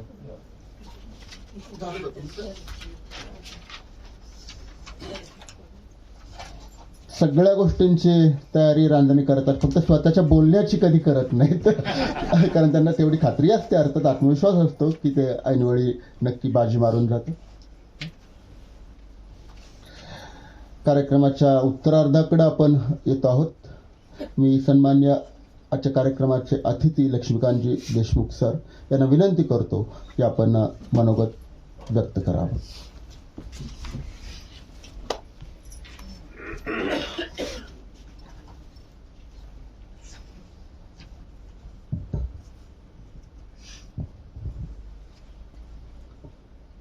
नमस्कार. आजच्या या 2 पुस्तकाच्या प्रकाशन समारंभाचे अध्यक्ष, आमचे मित्र, ज्या सांगलीत मी 2 वर्ष काम केले, त्या सांगली इस्लामपूरचे अतिशय कर्तबगार असलेले पोलीस अधिकारी नट्टेसाहेब, माझे नामबंधू लक्ष्मीकांत रांजणे. मागे मी मुंबईला फिल्म सिटीमध्ये MD होतो तेव्हा, आणि खूप आधीची गोष्ट आहे, तेव्हा मला लक्ष्मीकांत प्यारेलाल एका नाईटला भेटले होते आणि कोणती ओळख करून दिली. तर त्यांनी आता त्याचं नाव माहीत होतं, म्हणलं माहीत तुम्हाला नाम बंद हो म्हणलो असले होते. तसे हे दुसरे नामबंधू लक्ष्मीकांत प्याऱ्यानंतरचे ते पण गातात, बरंच काही करतात, त्यामुळे साम्य आहे नक्कीच. आणि ते म्हटल्याप्रमाणे आमची वाईला भेट झाली आणि मग इथं आल्यानंतर ती वाढत गेलेली आहे आणि आता ते माझे चांगले मित्र आहेत आणि त्यामुळेच मला ह्या महिना पुस्तका लिहा वाटली होती. मुख्य म्हणजे त्या पुस्तकात तेवढं ऐवज होता, तेवढं साहित्य होतं म्हणून मला लिहा वाटलं आणि मी मनापासून लिहिलेलं आहे सांगतो. आणि आपण सर्व बंधू भगिनी मित्रांनो, मी प्रामुख्याने महिन्यावर जास्त बोलणार आहे कारण ते पुस्तक पूर्ण वाचलेलं आहे, पण दुसऱ्या पुस्तकात देखील मी बरंच वाचन केलेलं, त्यामुळे दोन्ही पुस्तकावर नक्कीच बोलणार आहे. मुख्यतः आता सांगितले हरहुन्नरी आहेत, प्रत्येक गोष्टीत ते करत असतात, पण त्यांचं बोलणं ऐकलं आता त्या लक्षात आलं की हे गोष्टी बोलणारा माणूस आहे. त्यांचं खरं जे हे आहे त्यांचं कलात्मक किंवा कला आहे ती कथाकथन किंवा कथा कादंबरीचीच आहे. आणि खरं तर ही मानवाची आदिम प्रवृत्ती असते की प्रत्येक माणूस हा गोष्टी वेळा असतो.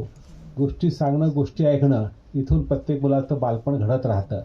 एक अंगाईक सोडलं तर मुलाच्या कानावर आजी म्हणा, आई म्हणा, वडील म्हणा गोष्टी सांगत असतात.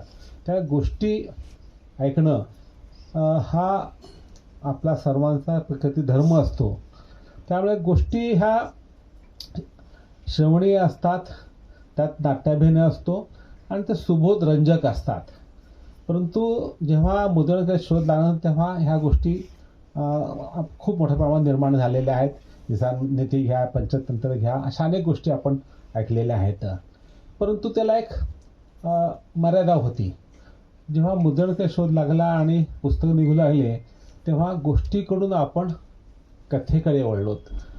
गोष्टीतून कथे वळण्याचा ह्याचा अर्थ आहे की जीवनाचा जो अनुभव असतो, एक आरसा असतो, तुकडा असतो, तो तुकडा तुम्हाला त्या पूर्ण ताकदीनं सांगता आला पाहिजे, चितारता आला पाहिजे, शब्दबद्ध करता आला पाहिजे.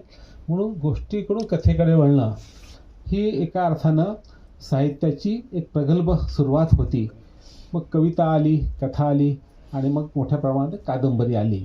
हे हे 3 महत्त्वाचे ललित कला लेखनाचे अंग असतात. ह्यातील 2 कथा आणि कादंबरीचं आज प्रकाशन झालेलं आहे आणि त्याबद्दल मी सर्वप्रथम लक्ष्मण रांजणे यांचं अभिनंदन करतो. महिन्याबद्दल बोलायचं झालं तर आता म्हटल्याप्रमाणे ही जी गोष्ट ही सांगायची असते तर कथा लिहायची, वाचायची असते. आणि ऐकणं आणि वाचणं ह्यात खूप फरक असतो. जेव्हा तुम्ही ऐकता कथा तेव्हा जो सांगतो तेवढंच तुम्हाला लक्षात राहतं, तेवढंच रीड करता. पण वाचताना लेखकानं शब्दातून जे चित्र रेखाटलेलं आहे हे वाचकांच्या मनामध्ये निर्माण होतं. आणि ते समजा आता महिन्याची कथा वाचन केलं मॅडमनी किंवा बहिरेवाडीचं रेगेने केलेलं आहे, तेव्हा वाचताना आपल्याला लक्षात आलं की ते एक छोट्या गावामध्ये भजनी मंडळ बसलेले गाणे म्हणत आहेत, हे आपण ऐकतो. परंतु जेव्हा तुम्ही प्रत्यक्ष वाचता एकांतामध्ये, दीपक रेगांनी ज्या पद्धतीनं ते तमाशाने कसं ते कोर केलं त्या भजनी मंडळाला हे आपण ऐकलेलं आहे. पण जेव्हा तुम्ही वाचता तेव्हा तुम्ही ऐकताना आपला रंजक वाटलं, पण वाचताना हाच प्रसंग आपण वाचला आणि थोडा विचार केला असं वाटतं की ह्यामध्ये एक आयरोनी आहे की माणसाची प्रवृत्ती, सत्प्रवृत्ती म्हणजे भजनी मंडळ आणि थोडीशी उच्छृंखल वृत्ती म्हणजे तमाशाकडे झुकणं, हे आपल्याला लक्षात येतं. पण वाचताना, ऐकताना मात्र आपल्याला रंजक असतं. म्हणून कथा ही जशी ऐकायची असते तशी वाचायची असते.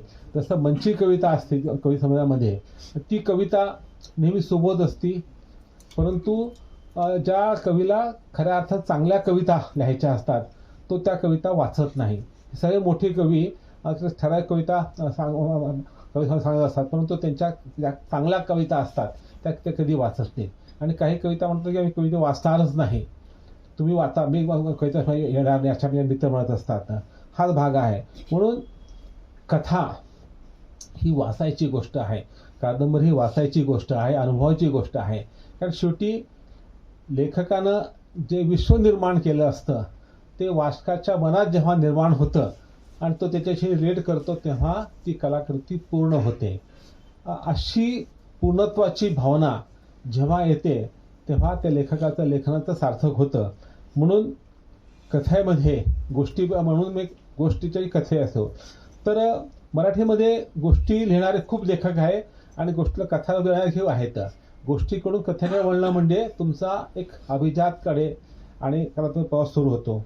आपले अनेक लोकप्रिय लेखक जे गोष्टी सांगायच्या, शंकर पाटील असतील, दमा मिरासदार असतील, ठोकळे असतील किंवा अलीकडचे वपू काळे किंवा ते जुने झाले, परंतु हे सारे प्रतिभावान लेखक होते आणि त्यांच्या गोष्टीमध्ये कथा होती. हे महत्त्वाचं आहे. या पार्श्वभूमीवर मैना कथासंग्रह वाचायच्या 18 गोष्टी आहेत. त्यामध्ये त्यांच्या 3 प्रकारच्या कथा आहेत. एक म्हणजे निव्वळ गोष्टी आहेत. वाईट म्हणजे अर्थ म्हणत नाही, गोष्टी देखील महत्त्वाच्याच असतात. का शेवटी माणसाची जी सुरुवात आहे ती तशीच होत असते. आधी माणसाला रंजकतेचा आवडत असतं. मी नेहमी म्हणतो की वाचनाची मराठी माणसं विचारली आहेत तर काय होती, आपण सहज करताना बाबू अर्नाळकर म्हणा किंवा हे जे लोकप्रिय लेखक वपू काळे म्हणा ह्यातून सुरुवात होती आणि आपली मग येता वाढत जाती. मग आपण जयंत देवळी करणी काही वाचलो असतो जे रंजक असतात परंतु ते उच्चतर असतात. आणि शेवटी मग जेव्हा तुम्हाला ग्रेस करू लागतो, जेव्हा तो जे करू लागतो तेव्हा तुमची वाचनाची प्रक्रिया पूर्ण होती. हे टप्पे आहेत लेखनाच्या कलात्मकतेचे म्हणजे अधिक प्रगल्भ होण्याचे. तर यामध्ये हे 3 टप्पे दिसतात मैनामध्ये. हे महत्त्वाचं आहे.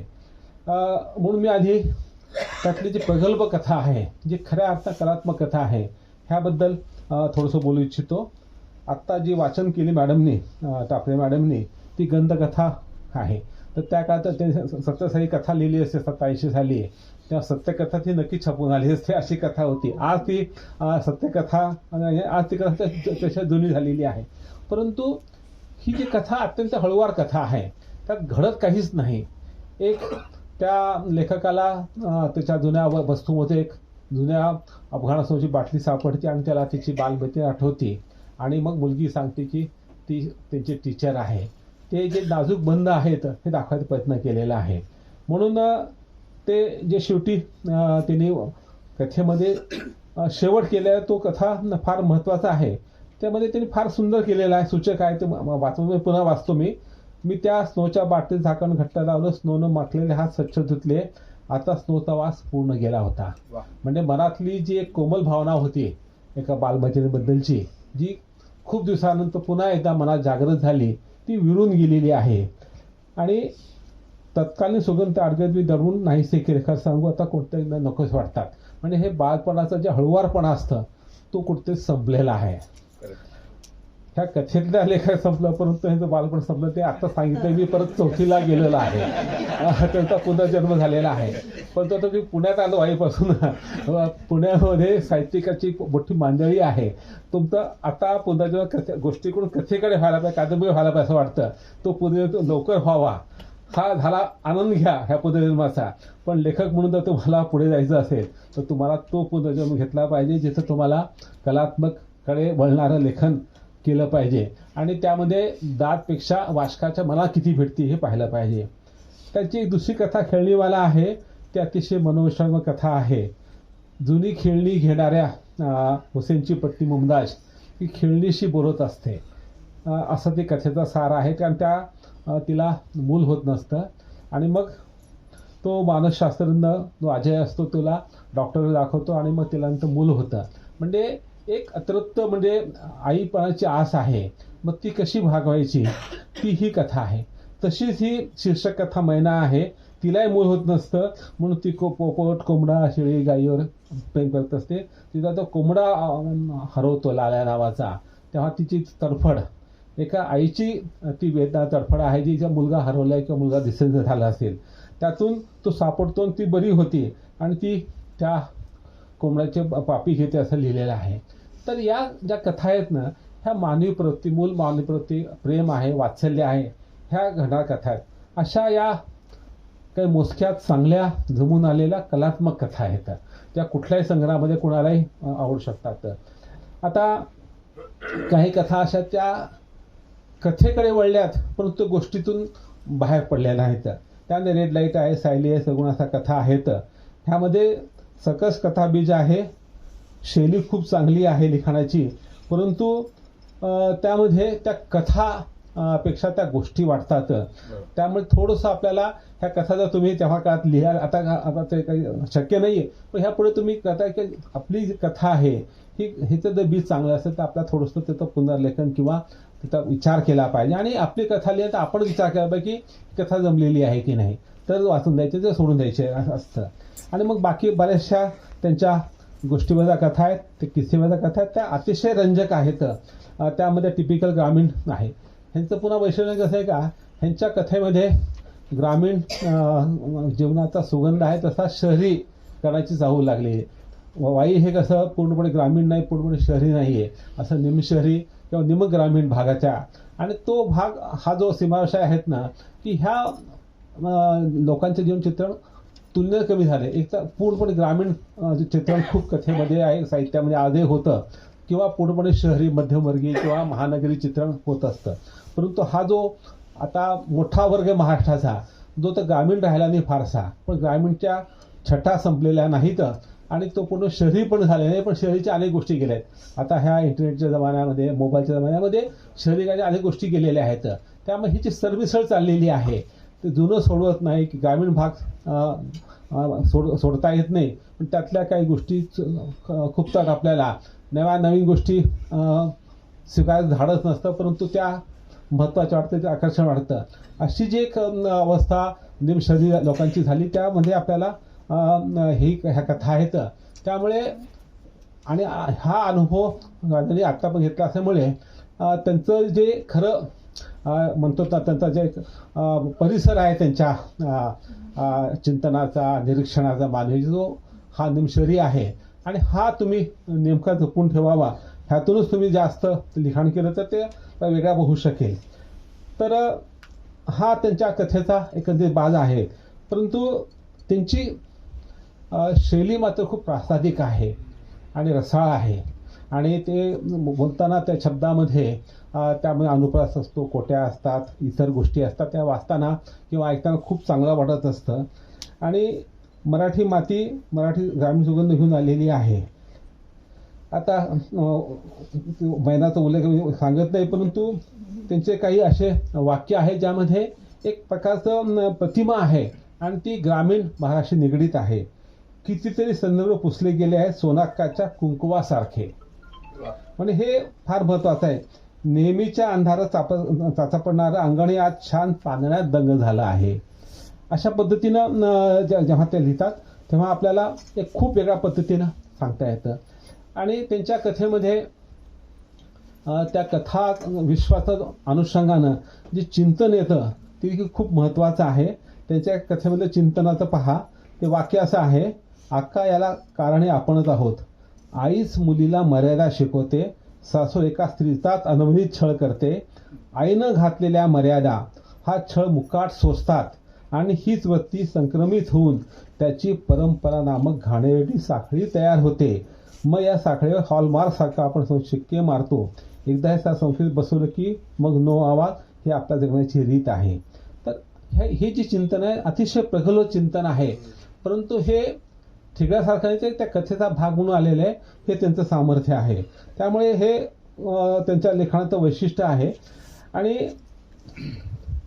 त्यांच्या काही कथेमध्ये, खेळणीवाल्या कथेमध्ये मुस्लिम मराठी भाषा देखील एक छान गंध आले, मला तो आवडतो. कारण जशी कोल्हापूरला बागवानी भाषा मुस्लिमांची आहे ती खूप गोड आहे, मराठी भाषेत उर्दू आहे. जसा जेव्हा मी अफगाणिस्तान कादंबरी लिहिली इंक्राविरुद्ध जिहाद, त्यामध्ये मला अफगाणिस्तानचं मुस्लिम समाज चित्र होता आणि तो मराठीमध्ये लिहायचा होता. मग ती त्यांची जी पारसी भाषा आहे, दारी भाषा आहे, त्या भाषेची म्हणजे होती आपली उर्दू भाषा आहे थोडीशी. तर मग मी उर्दू विषयी मराठी भाषा वापरलं आणि ते मराठी वाचकांना ते मुस्लिम लोकांचं चित्र म्हणून खूप चांगलं वाटतं. त्यामुळे आपल्याला अशी भाषाही घडवावी लागते. तर यामध्ये त्यांनी मुस्लिम मराठी भाषा, आता मुस्लिम नक्की असं बोलत असं नाही, परंतु मुस्लिम टच आला पाहिजे की मुस्लिम माणसाचं जे बोलण्याचा ढब आहे तो मराठीत कसा येऊ शकेल, ह्या पण ते भाषा घडवावी लागते. ती घडवलेली आहे. त्यात असं ते म्हणते की अली गुडिया हमारी गरिबी तर अजूनहीच वाईट निघाली. म्हणजे उर्दू शब्द आणि मराठी वाक्यरचना किंवा क्रियापद आहे. मी लई खूबसूरत आहे म्हणून आपण माझी शादीच करून टाकली. जो मनानं श्रीमंत असतो ना त्याचं पेट अल्लाह वांजुटं ठेवतो.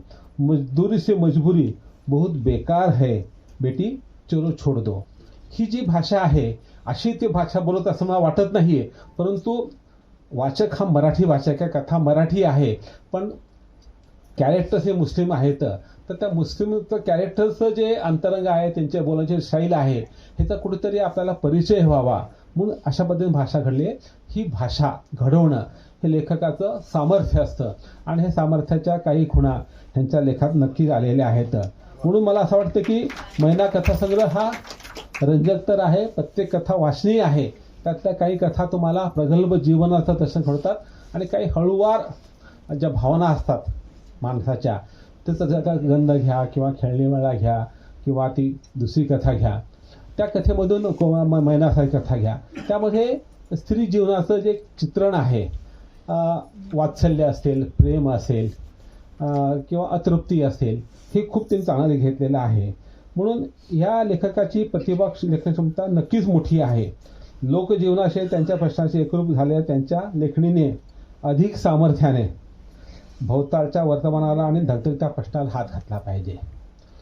आजचं जीवन इतकं बदलत चाललेलं आहे, ह्या 10-20 वर्षामध्ये इतकं बदललेलं आहे.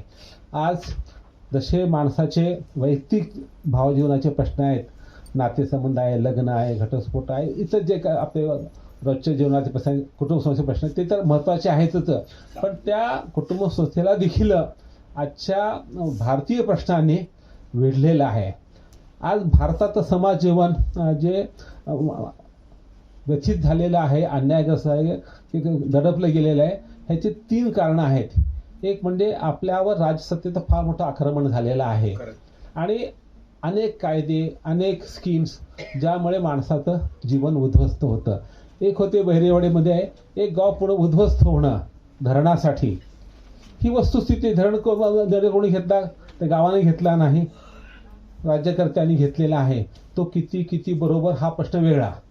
धरणं नको असे म्हणते, धरणं पाहिजे आहेत, पण धरणं करत असताना जे मान्यशोकात होते त्या मान्यशोकात तुम्ही किती प्रमाणामध्ये सोडू शकता. ह्यांचं पुनर्वसन नुसतं त्यांना एक तुकडा दिला, एक घराचे पैसे दिले म्हणजे होत नाही. त्यांचा जो इकोसिस्टीम असेल गावाची, ती नवी गाव तुम्ही कशी निर्माण करणार, ती होत नाही. जेव्हा किल्लारीला भूकंप झाला आणि हजारो त्या 10,000 घरं बांधावं लागले 10-20 गावामध्ये, जुन्या गावाचं जे वाडे होते किंवा घरं होते, समोरचं मोकळा परस होता, मागच्या बाई अंगण होतं, बाजूला बकऱ्या शेळी गोठा होता, हा त्यांचा इकोसिस्टीम होती. नव्या ते घरं बांधले, घरं चांगले बांधले, पण त्या घरामध्ये त्याला परस नाही, अंगण नाही, जनावर बांधा जागा नाही, दुसऱ्या मध्ये तुम्हाला घर मिळालं तुम्ही काय करणार आहात, तर हा विचार केला नाही. म्हणून पुनर्वसन करताना ते मानवी अंगण केलं पाहिजे, हा बहिरेवाडीत दाखवलेला आहे. म्हणून हा पहिला प्रश्न आहे की आज आपल्या सर्वांच्या जीवनाला राजसत्तेची मगरमिटी आहे आणि राष्ट्रातून कोणी आलिप्त राहू शकत नाही. ते आपल्या घराच्या, आपल्या भावविश्वास देखील आघात करतं, हे लक्षात घ्या. जेव्हा गावात दंगल होते तेव्हा तुम्ही असुखी होता, तुम्हाला त्रास होतो, तुम्हाला काही माणसं बळी पडतात अकारण, त्यात काही नसताना देखील. आपण पाहिलेलं आहे की मिरवणूक चाललेली आहे, फायरिंग झालेली आहे आणि फायरिंगमध्ये जे दंगाच्या ते माणसं काही मेले वाचले असतील, परंतु नुसते पाहणारे, खिडकीतून पाहणारे, दारातून पाहणारे ते माणसं देखील बळी पडतात. कोल्हापूरला मी कलेक्टर असताना मिरवणूक निघाली गणपती उत्सवाची आणि खूप मोठा डॉल वाजत होता त्या वर्षी, आणि तो इतका वाजला की एका खिडकी, जुन्या घराच्या खिडकी एक माणूस थांबला होता. ते लाकडी गॅलरी होती, ती खाली पडली, हा माणूस खाली पडून जखमी झाला. मग तेव्हा ठरले आपण डॉल्बी बंद करायची, मग पुढे दिवस मी डॉल्बी बंद केली, परंतु ते डॉल्बी बंद करण्यासाठी मला त्या माणसाचं जखमी होणं पाहावं लागलं होतं. तर प्रश्न असा आहे की हे डॉल्बी सिस्टीम काय आहे, हे शेवटी कुठेतरी धर्मवादाचं प्रतीक आहे. म्हणून धर्मसत्ता आलेली आहे. धर्मसत्तेनं देखील आपल्याला खूप काही त्रास दिलेला आहे. धर्मसत्ता माणसाचं जीवन किती विस्कळीत करते ह्याची माझी कथा आहे, जात नाही ती जात नावाची. कोल्हापूरला पट्टणकोडी नावाचं गाव होतं, तिथं धनगर आणि मराठ्यामध्ये मोठा वाद झाला होता, दंगल पेटली, फार नव्हती, आम्ही ती मिटवली. नंतर मी त्याचा शोध घेतला, तर तेव्हा त्या विरोबा मंदिराचा पुजारी म्हणला की आम्ही धनगर लोक हेकट आहोत, आम्ही खोडी काढली मराठ्यांची, आम्हाला शिक्षा झाली, आम्हाला त्रास झाला, काही हरकत नाही. परंतु आमच्या देवावर त्यांनी बहिष्कार टाकला. आमच्या देवांनी काय चूक केली? आम्ही चूक केली ना, तुम्ही आम्हाला शिक्षा द्या, आमच्या देवाला शिक्षा देऊ नका. कारण त्या गावात परंपरा काय होती की त्या देवाचा पहिली पालखी किंवा पहिली पूजा हे मराठा समाज करत होता, ते त्याविषयी केली नव्हती. म्हणजे ही गुंतागुंत आपण पकडायची नाही का? धर्मस्थतेचा किती आपल्या पगडा असतो आणि त्याचं मानवी जीवन किती विकसित होतं ह्या गोष्टी पाहायला पाहिजे. आणि तिसरी म्हणजे आजची भांडवलशाही प्रधान अर्थसत्ता. आज म्हणतो की भारतीय प्रगती झालेली आहे, बेकारी वाढत चाललेली आहे, विषमता वाढत चाललेली आहे. आज एखादा मजुराला रोजचे काम करतो 200 रुपये आहे, तर 200 रुपयात तर एकटा असेल, त्याला बाहेरून जेवायचं असेल तर त्याला 200 रुपये खर्च करावा लागते, त्याचं पोट भरणार नाही, अशी अवस्था आहे. मग त्या माणसाला आपण किती वेतन देतो? आपण किमान वेतन म्हणतो. किमान वेतन म्हणजे फक्त कॅलरीयुक्त अन्न म्हणजे पोळी किंवा भाकरी एवढंच असतं आहे. परंतु माणसाला पोटापलीकडे वस्त्र लागतं, डोक्याला छप्पर लागतं, शिक्षण लागतं, आरोग्य लागतं.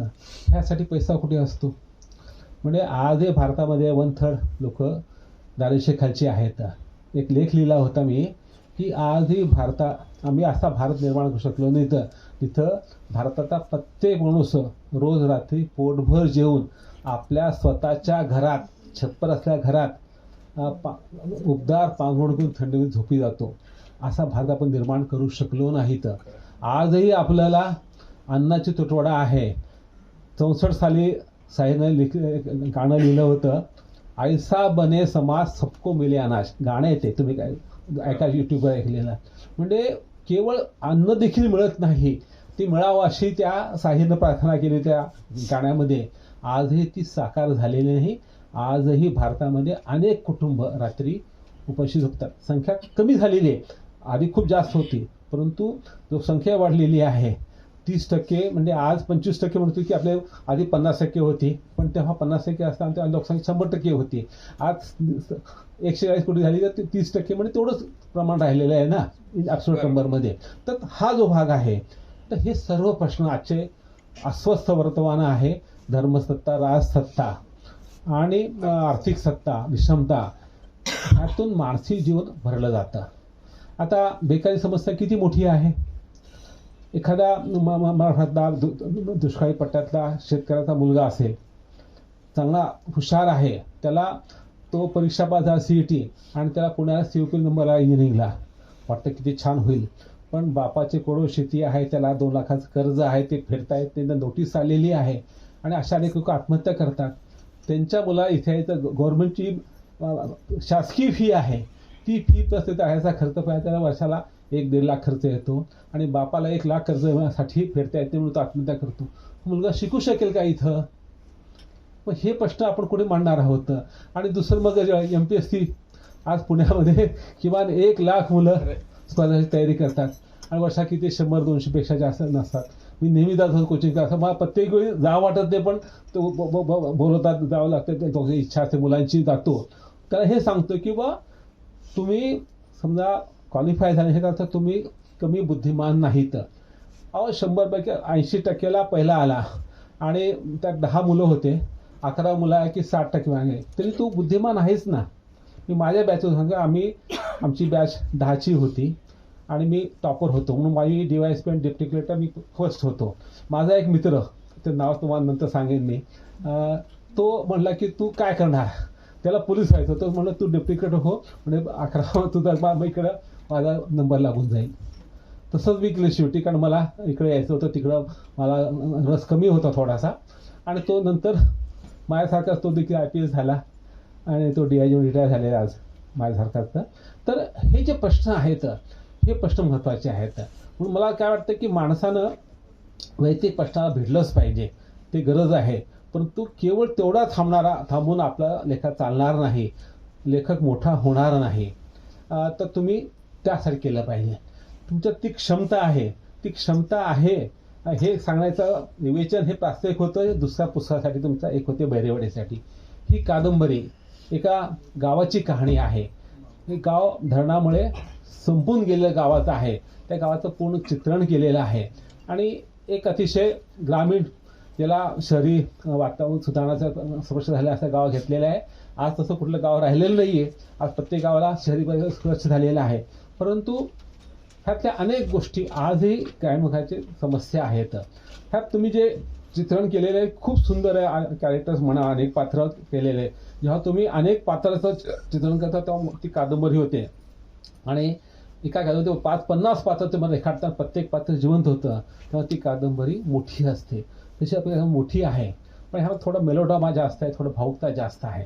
जेव्हा तो शेवटी शिक्षक सांगतो की आता आपण गाव सोडायचं आहे, त्या पारोकाला सांगतो, तेव्हा तो कविता करतो. तर त्या क्षणी कविता म्हणून छान आहे, पण ती भावुकता झालेली आहे.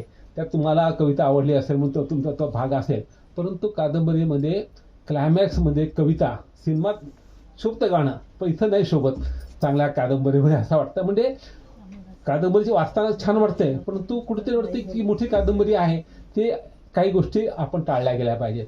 काल मी एका कार्यक्रमात गेलो श्रीपू भागवतांच्या पुस्तक प्रकाशनाला, तेव्हा त्या किस्सा सांगतो, तुम्हाला खूप उपयुक्त आहे, मला देखील उपयुक्त आहे. त्यांचं नाटक शांतता कोड चालू आहे, ते मौज प्रकाशन छापलं होतं. तेव्हा ते पुस्तक स्क्रिप्ट दिलं आणि ते लोक त्या भेटायला गेले रेपू भागवतांना.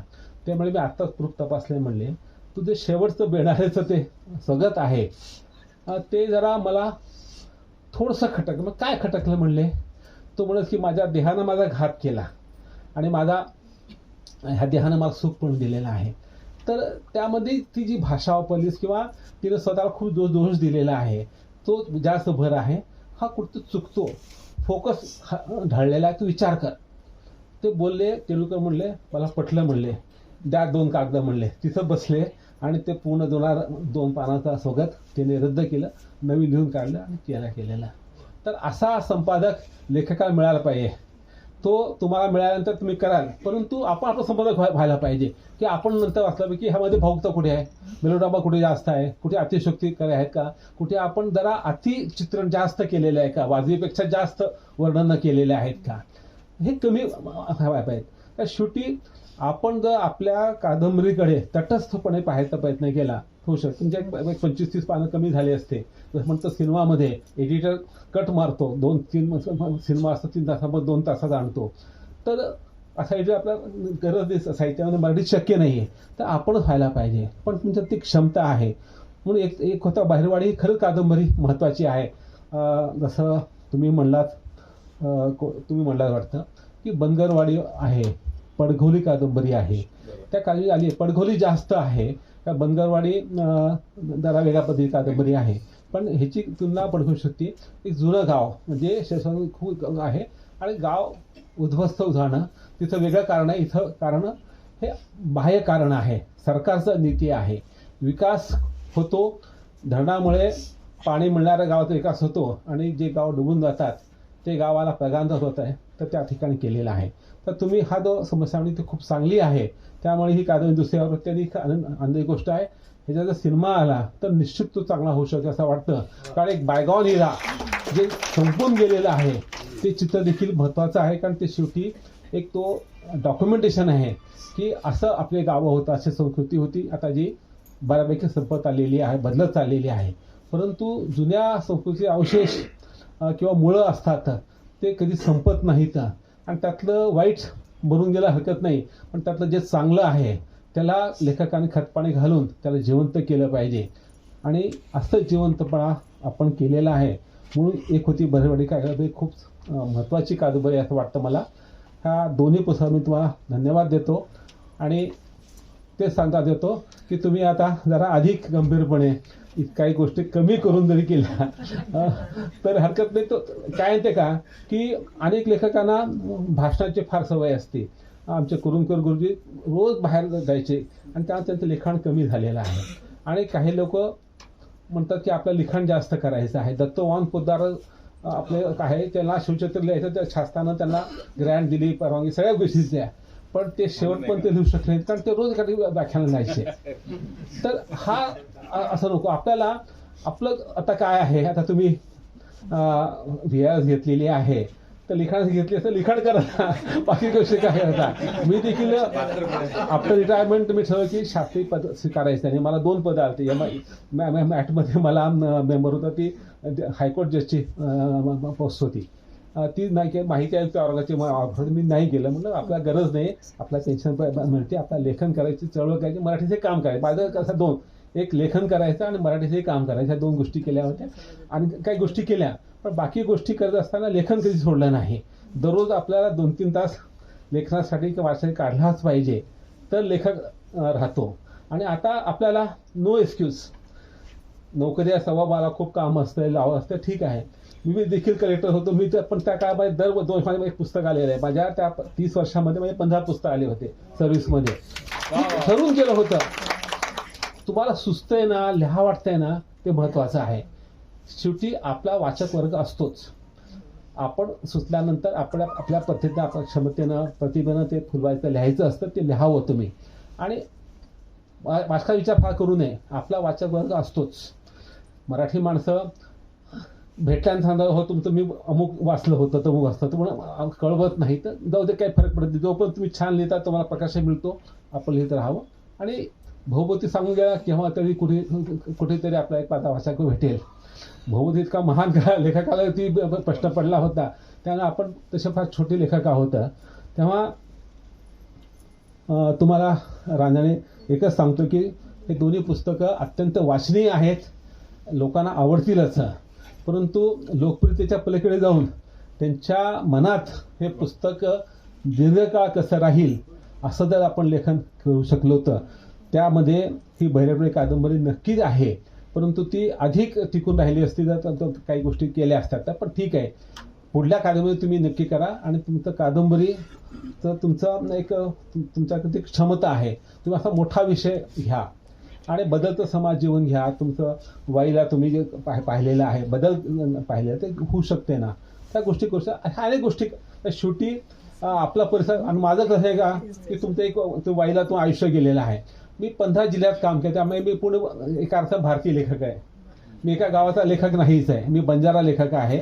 आणि मला महाराष्ट्रापेक्षा मी स्वतः भारतीय लेखक समजत. मराठी लेखक नाही, मी भारतीय मराठी लेखक आहे. तर माझे कथाविषय आसामचे असतात, गुजरातच्या, त्या ठिकाणी मी भटकले, तालुकाशी केलेलं आहे. आणि तिथं मी गेलेलो आहे. मी दंगलीवर लिहिलं आहे, तेव्हा मी 15 दिवस गेलो होतो मुझफ्फरनगरला. 2000 दंगली झाली तेव्हा. आता पुढल्या चाललं, मणिपूरला चाललेलं आहे, लक्षात घ्या. मी युक्रेनला गेलो होतो मागे 5-6 वर्षापूर्वी, आणि आता कथा लिहिल्या आहेत. त्यामुळे प्रत्येकाचं आपलं जे एक सामर्थ्य आहे ते आपण ओळखावं. तुमचं सामर्थ्य काय आहे हे तुम्हाला जास्त माहीत आहे. आता मी ह्या 2 पुस्तकांची ओळखी, तुमच्यामध्ये बहुश्रुत आहे आणि तुमचं समाज आहे. पण लहानगावाचे तुम्हाला सगळ्या जाती जमातीचे, धर्माचे माणसं, सगळ्या व्यवसायाची माणसं माहीत आहेत. त्यांचं जीवनक्रम, त्यांचं व्यवसाय निगडीत त्यांचं जे भावविश्व आहे. त्या प्रत्येकाचं समजा चायवाल्याचं आयुष्य वेगळं असतं, प्लंबरचं वेगळं असतं, की गावामध्ये लोहार काम करणाऱ्या माणसाचं आयुष्य वेगळं असतं. हे तुम्हाला माहिती आहे.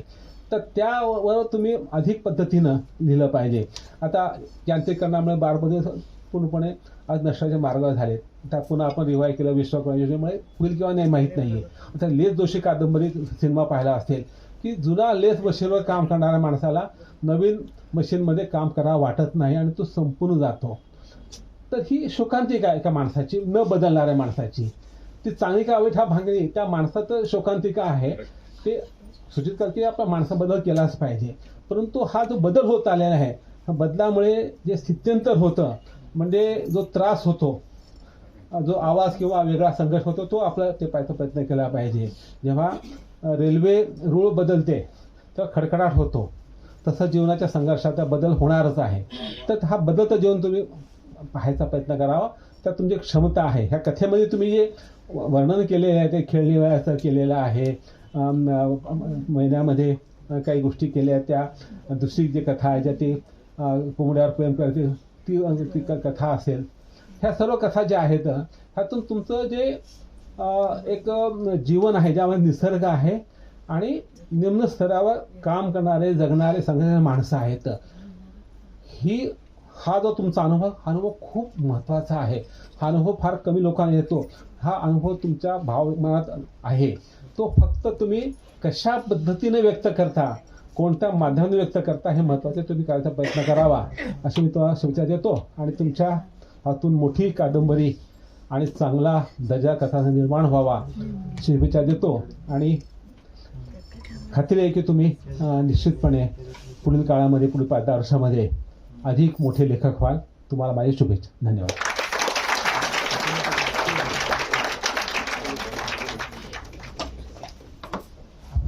आम्ही शिक्षक विद्यार्थ्यांना नेहमी सांगत असतो की 3 तासाचा पेपर जो असतो त्यातली शेवटची 10 मिनिटं खूप महत्त्वाची असतात. कारण तो पेपर परत वाचून बघा आणि त्याचं संपादन करा, एडिटिंग करा. असा खूप चांगला सल्ला देशमुख सरांनी आपले विद्यार्थी लक्ष्मीकांत रांजणे यांना दिलेला आहे. हा, आणि नामबंधूंना सुद्धा दिलेलं आहे. ती प्रस्तावना होती, खरं तर ती समीक्षावाद प्रस्तावना हे आपल्याला त्यांच्या बोलण्यातून समजलं. लक्ष्मीकांत देशमुख सरांनी लक्ष्मीकांत रांजणे यांची पाठ थोपटली, कान टोचले, प्रोत्साहन दिलं आणि अपेक्षाही व्यक्त केली. त्यामुळं असं सर्वांग सुंदर असं हे मार्गदर्शन आपल्या सगळ्यांनाही ते झालं. मी मनपूर्वक आपणास धन्यवाद देतो आणि आजच्या कार्यक्रमाचे सन्मान्य अध्यक्ष मितेशजी घट्टे साहेब यांना मी विनंती करतो की आपण अध्यक्ष समारोप करावा.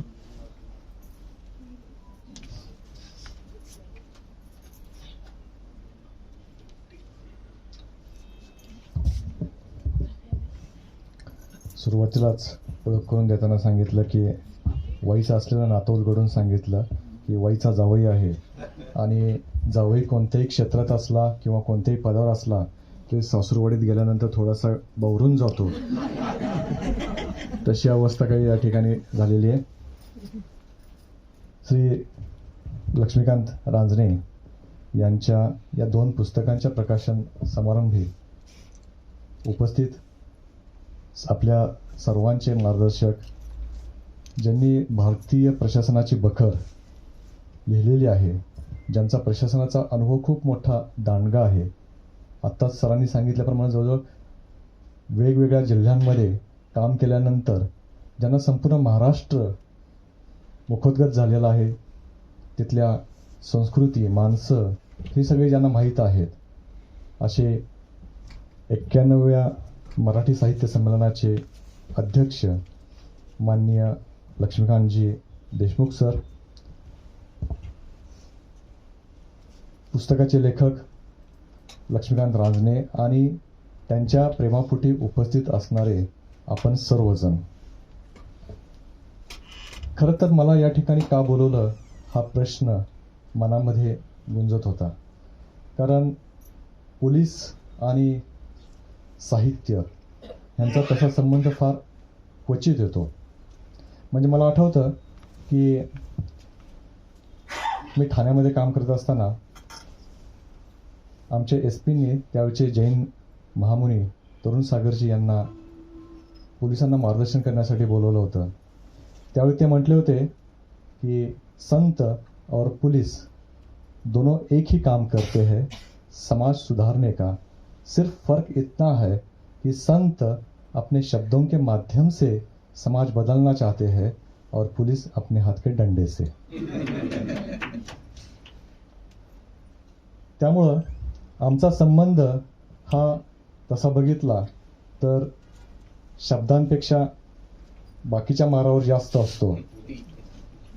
त्यामुळं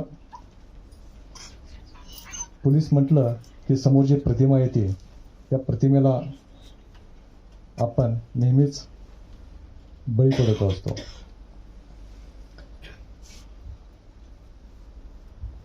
पोलिसांच्या बरोबर म्हणजे गेली 15 वर्ष पोलीसमध्ये काम करत असताना जे काही अनुभव आले, थोडंसं स्फुट लिखाण केलं, परंतु ते लिखाण हे लेखक म्हणून मिरवण्याच्या इतकं निश्चित नाही असं नम्र भावना माझ्या ठिकाणी आहे. परंतु तरी पण या पुस्तकाचं प्रकाशन होत असताना श्री रांजणे यांचं कौतुक करणं हे तितकंच महत्त्वाचं वाटत होतं. त्यामुळे त्यांनी जेव्हा मला या ठिकाणी बोलवलं तेव्हा मी पटकन त्यांना हो म्हटलं. त्यात रविवार हा असल्यामुळं त्यात कोणती सबब सांगताही येत नव्हतं. खरंच पुस्तकं जो वाचतो तो ते पुस्तक केवळ काही पानं वाचत नसतो. प्रत्येक पानामध्ये काहीतरी दडलेलं असतं. कुठं कुणाच्या वेदना तिथं गुंतलेल्या असतात, कुठं कुणाचे दुःख, कुणाचं सुख तिथं लपलेलं असतं. आणि जेव्हा ते पुस्तक आपण वाचत असतो, कधी कुठं तिथं प्रेरणा असतात त्या पुस्तकापाठीमागं, त्या पानांमध्ये. तेव्हा हे पुस्तक जेव्हा आपण वाचत असतो तेव्हा येणारं प्रत्येक पान, वाचत असलेलं आपलं प्रत्येक पान हे काहीतरी एक नवीन अनुभव देत असतं. आणि त्या अनुभवातून आपल्याला एकाच वेळी हजारो आयुष्य समजून घेता येतात, त्यामध्ये गुंतता येतं, त्यांच्यामध्ये जाता येतं. आणि मग हे पुस्तक आपल्याला अनुभव संपन्न करत जातं. आणि म्हणून जो माणूस पुस्तक वाचत नाही, कदाचित तो फक्त स्वतःचंच आयुष्य जगत असतो, त्याला इतरांच्या आयुष्याची माहितीच नसते असं जाणवतं. आणि म्हणून वाचणारा प्रत्येक जण हा केवळ स्वतःचं आयुष्य जगत नाही, तर त्याबरोबर अनेक हजारो आयुष्य एकाच वेळी जगत असतो. त्यामुळे माणसानं खरं तर पुस्तक वाचली पाहिजेत. हा वाचन संस्कृतीचा फार मोठा आपल्याला वाटा आहे. आणि मागच्या काही दिवसामध्ये म्हणजे 2-3 दिवसापूर्वी शांतता पुणेकर वाचत आहे असा उपक्रम या पुण्यामध्ये राबवला गेला. काल या ठिकाणी फर्ग्युसन कॉलेज येथे एक फार मोठं पुस्तकांचं प्रदर्शन, पुस्तक मेळावा त्या ठिकाणी भरलेला आहे. आणि त्यानंतर लागोपाठ आज या तिन्ही उपक्रमामध्ये सहभागी होत असताना खरोखर एक वाचक म्हणून मलाही फार मोठा आनंद या ठिकाणी होतोय. रांजणे यांच्या पुस्तकांमध्ये जे काही गावाकडच्या गोष्टी आहेत, त्या गावाकडच्या गोष्टी वाचताना खरंच आपलं मन कुठंतरी तिथं गुंतत जातं आणि आपण कुठेतरी आपलाही शोध घ्यायला लागतो. कारण आपण सगळ्यांची जी मुळं आहेत, ही मुळं हे या गावाकडच्याच सगळ्या वस्त्यांमध्ये लपलेली आहेत. म्हणजे मी सुद्धा गेली 6 वर्ष पुणे शहरामध्ये जरी काम करत असलो तरी माझं मूळ गाव इस्लामपूर आहे, सांगली जिल्ह्यामधलं एक छोटंसं गाव आहे. आणि आपल्यामध्ये प्रत्येकजण आज व्यवसाय असेल, नोकरी असेल, या कुठल्या ना कुठल्या कारणानं या पुण्यामध्ये जरी असला तरी आपल्या प्रत्येकाचं हे मूळ हे आपल्या छोट्याशा गावामध्ये लपलेलं आहे. आणि जेव्हा गावाकडची माणसं एकत्र येतात, भेटतात, तेव्हा त्या सगळ्या आठवणी पुन्हा एकदा जागे होतात आणि मन पटकन त्या दिवसामध्ये निघून जातं. आणि खरंच मग लक्षात येतं की गावाकडच्या गोष्टी ह्या खूप आनंददायी असतात. आणि या गावाकडच्या गोष्टी प्रकाशित करताना ज्यांनी खेड्यांकडे चला असं सांगितलं, त्या महात्मा गांधींच्या नावानं जे गांधी भवन आहे त्या ठिकाणी हा कार्यक्रम होतोय, हा खरोखर एक दुग्ध शर्करा योग आहे असं मला वाटतं. खरंच या पुस्तकाच्या ओळख करून देत असताना एक होतं बहिरेवाडी. या बहिरेवाडीची ओळख करून देत असताना खूप चांगल्या रीतीनं त्या गावची ओळख करून दिली आहे. गाव कसं आहे? गाव एका डोंगराच्या कुशीमध्ये लपलेलं गाव आहे, परंतु या गावामध्ये काही जरी झालं तर त्या डोंगराच्या शिखरापर्यंत पोहोचतं, परंतु जगात काय चाललंय ते मात्र या गावापर्यंत पोहोचत नाही, अशी या गावाची ओळख करून दिलेली आहे. खरंच आज आपण जी पाहतो ती बरीचशी गावं हे अशीच काहीशी आहेत की जगामधला विकासाचा प्रकाशाचा किरण अजून तिथंपर्यंत पोहोचलेलाच नाही. त्यामुळं मग आपण जात धर्म, वंश, भाषा, प्रांत अशा वेगवेगळ्या लेबलनं आपल्या ज्या परंपरा आहेत त्या परंपरांशी आपण चिटकून राहण्याचा प्रयत्न करत असतो. आणि मग गावच्या माणसांपर्यंत जगाची काही गोष्ट चाललेली आहे, ते जगाचा विकास पण आपल्यापर्यंत पोहोचत नाही. खरंच आपल्याकडे काही शक्य नाही. आपल्याकडे सगळी प्रतिभा आहे, सगळी साधनं आहेत, परंतु आपण स्वतःलाच या वेगवेगळ्या भिंतींमध्ये जे बंदिस्त करून ठेवलेलं आहे त्याच्यामुळं आपण कुठंतरी या विकासाच्या पाऊलवाटेवर कुठंतरी मागं पडत चाललेलं आहे. ही बोच आहे. आणि हे करत असताना अनेकदा ही छोटी छोटी गावं जी असतात ह्या गावांचं वेगळेपण असतं, ते वेगळेपण सुद्धा खूप महत्त्वाचं असतं. म्हणजे कादंबरीमधले वेगवेगळी जी पात्र आहेत ती पात्र वाचत असताना कुठंतरी आपल्याला ही माणसं पूर्वी भेटून गेलेली आहेत असंच वाटत राहतं. म्हणजे आजकालच्या शहरामधल्या मुलांना कदाचित शाळेतलं इन्स्पेक्शन हे माहीत नसेल, परंतु गावाकडं मात्र शाळेमधलं इन्स्पेक्शन म्हणजे वर्षातले ते 3 दिवस एक मोठा उत्सव असायचा. शाळा रंगवली जायची, सगळे रेकॉर्ड्स अपडेट केली जायची, विद्यार्थ्यांना हे तू आज म्हणजे 21 अपेक्षित प्रमाणे काय प्रश्न विचारल्यानंतर काय उत्तर द्यायचं हेही त्यांच्याकडे घुटून घेतलं जायचं. आणि अशा प्रकारच्या गोष्टी जेव्हा आपण पुस्तकातून वाचायला लागतो तेव्हा आपल्याला त्या सगळ्या गोष्टींची पुन्हा पुन्हा आठवण होते. आणि आज या मुलांना जे सोनं मिळालं नाही ते सोनं आपण अनुभवलेलं आहे. आपले ते दिवस, ते सोनेरी दिवस आपल्याला आठवायला पुन्हा पुन्हा संधी मिळते. आणि हे सगळं शक्य होतं कधी काळी बँकेमध्ये पैसे मोजणारी बोटं जेव्हा माणसं मोजायला लागतात आणि माणसं मोजल्यानंतर त्यांचे स्वभाव गुण, कारण कथा कादंबरी लिहिणं खरंच अतिशय अवघड असतं असं मला वाटतं. कारण एखादं कॅरेक्टर, एखादं व्यक्तिमत्व उभं करणं, हे व्यक्तिमत्व उभं करत असताना खूप कष्ट लागतात. जसं एखादी माता एखाद्या बाळाला जन्म घालते त्याप्रमाणे तो लेखक एखादं कॅरेक्टर जन्माला घालत असतो. आणि त्या कॅरेक्टर जन्माला घालत असताना त्याचे स्वभाव गुण, त्याची भाषा, त्याच्या तोंडातून बाहेर पडणारे शब्द, त्याचं वागणं, त्याचं राहणीमान हे सगळं त्या शब्दातून त्याला मांडायचं असतं. त्यामुळे लेखकाचं जे मोठेपण असतं की जेव्हा एखादी साहित्यकृती निर्माण होतात त्यातली जी पात्र आहेत, ही पात्र जेव्हा आपल्याला आपल्या आजूबाजूला आहेत असा भास व्हायला लागतो आणि आपण त्यात गुंतून जातो, तेव्हा खरं त्या लेखकाचं प्रतिभा संपन्न व्यक्तिमत्व आपल्याला आवडायला लागतं. आणि नेमकं हेच या वेगवेगळ्या पात्रांमध्ये आपल्याला वाचायला, ऐकायला, पाहायला मिळतं. म्हणून मला खरोखर या कादंबरीचं कौतुक वाटतं. आणि हे सगळं करत असताना हे सगळं शक्य आहे कारण रांजणे यांची नाळ जी आहे ती नाळ अजूनही गावाकडच्या वास्तूमध्ये, गावाकडच्या वस्त्यांमध्ये, तिथल्या माणसांमध्ये अजूनही जपलेली आहे. म्हणून त्यांना हे शक्य आहे. कारण आजकालची जी मुलं आहेत ते जन्माला येतात ते एखाद्या मोठ्या पंचतारांकित हॉस्पिटल्समध्ये, पण तो हॉस्पिटल जर कितीही मोठं असलं तरी ती नर्स असते, ती नर्स त्या जन्मलेल्या बाळाची नाळ असती, ती कात्रीनं कापते आणि कुठेतरी डस्टबिनला टाकते. ते डस्टबिन दुसऱ्या दिवशी कुठल्या तरी नाल्यामध्ये किंवा उकिरड्यावर ते रिकामी होते. त्यामुळं त्या मुलांची नाळ ही कधीच एकजात नसते. परंतु आपली आधीची जी पिढी आहे, कदाचित आपली पिढी असेल, आपल्या पिढीमध्ये अशी प्रथा होती की त्या जन्मलेल्या बाळाची नाळ जी आहे ती घराच्या पाठीमागं आपल्या मातीमध्ये पुरून ठेवायची. कारण ते मूल कितीही मोठं झालं तरी त्या मुलाची नाळ त्या मातीशी आणि त्या मातीतल्या माणसांशी जपलेली असते. आणि हे नातं ह्या रांजणे यांनी जपल्यामुळं त्यांना आपल्याला या वेगवेगळ्या पात्रांच्या मधून ही आपली जुनी गोष्ट, आपल्या जुन्या आठवणी पुन्हा पुन्हा जाग्या होताना दिसत आहेत. खरं तर खूप काही सांगण्यासारखं आहे, परंतु घडाघडी बघितलं पाहिजे, वेळ खूप होतोय, त्यामुळे अधिक काही बोलत नाही. परंतु या पुस्तकाच्या रूपामधून खूप वाचकांचा भरघोस प्रतिसाद मिळावा आणि यापेक्षाही अजून चांगल्या प्रतिभासंपन्न अशा कलाकृती श्री रांजणे यांच्या लेखनातून बाहेर याव्यात अशी मी त्यांना शुभेच्छा देतो आणि इथंच थांबतो. जय हिंद, जय महाराष्ट्र.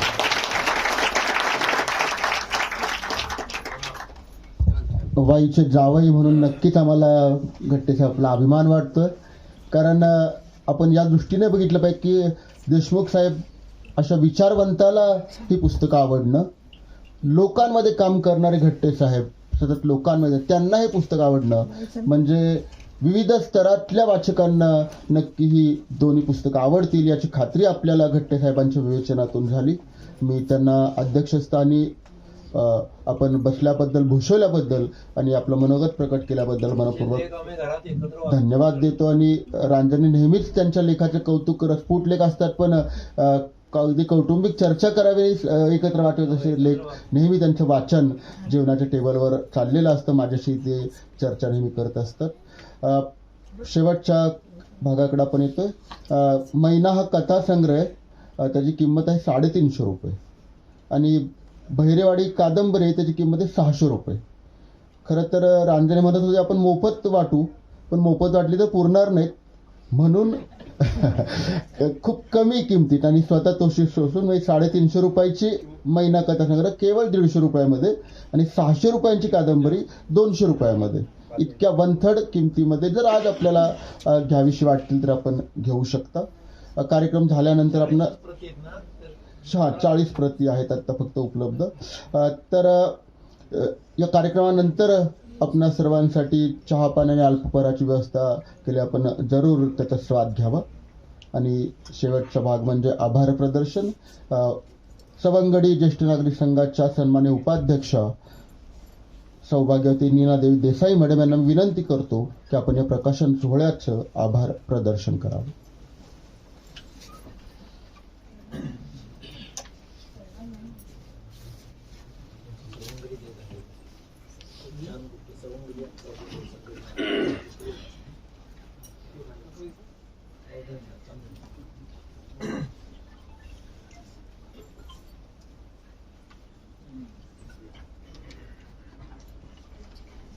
माननीय व्यासपीठ आणि मान्यवर आणि लक्ष्मीकांत रांजणे या सर्वांना मी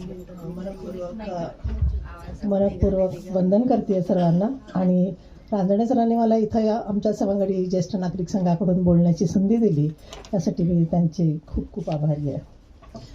आभार प्रदर्शन म्हणजे खरं म्हटलं तर शेवटचा टप्पा म्हणजे पूर्णविराम.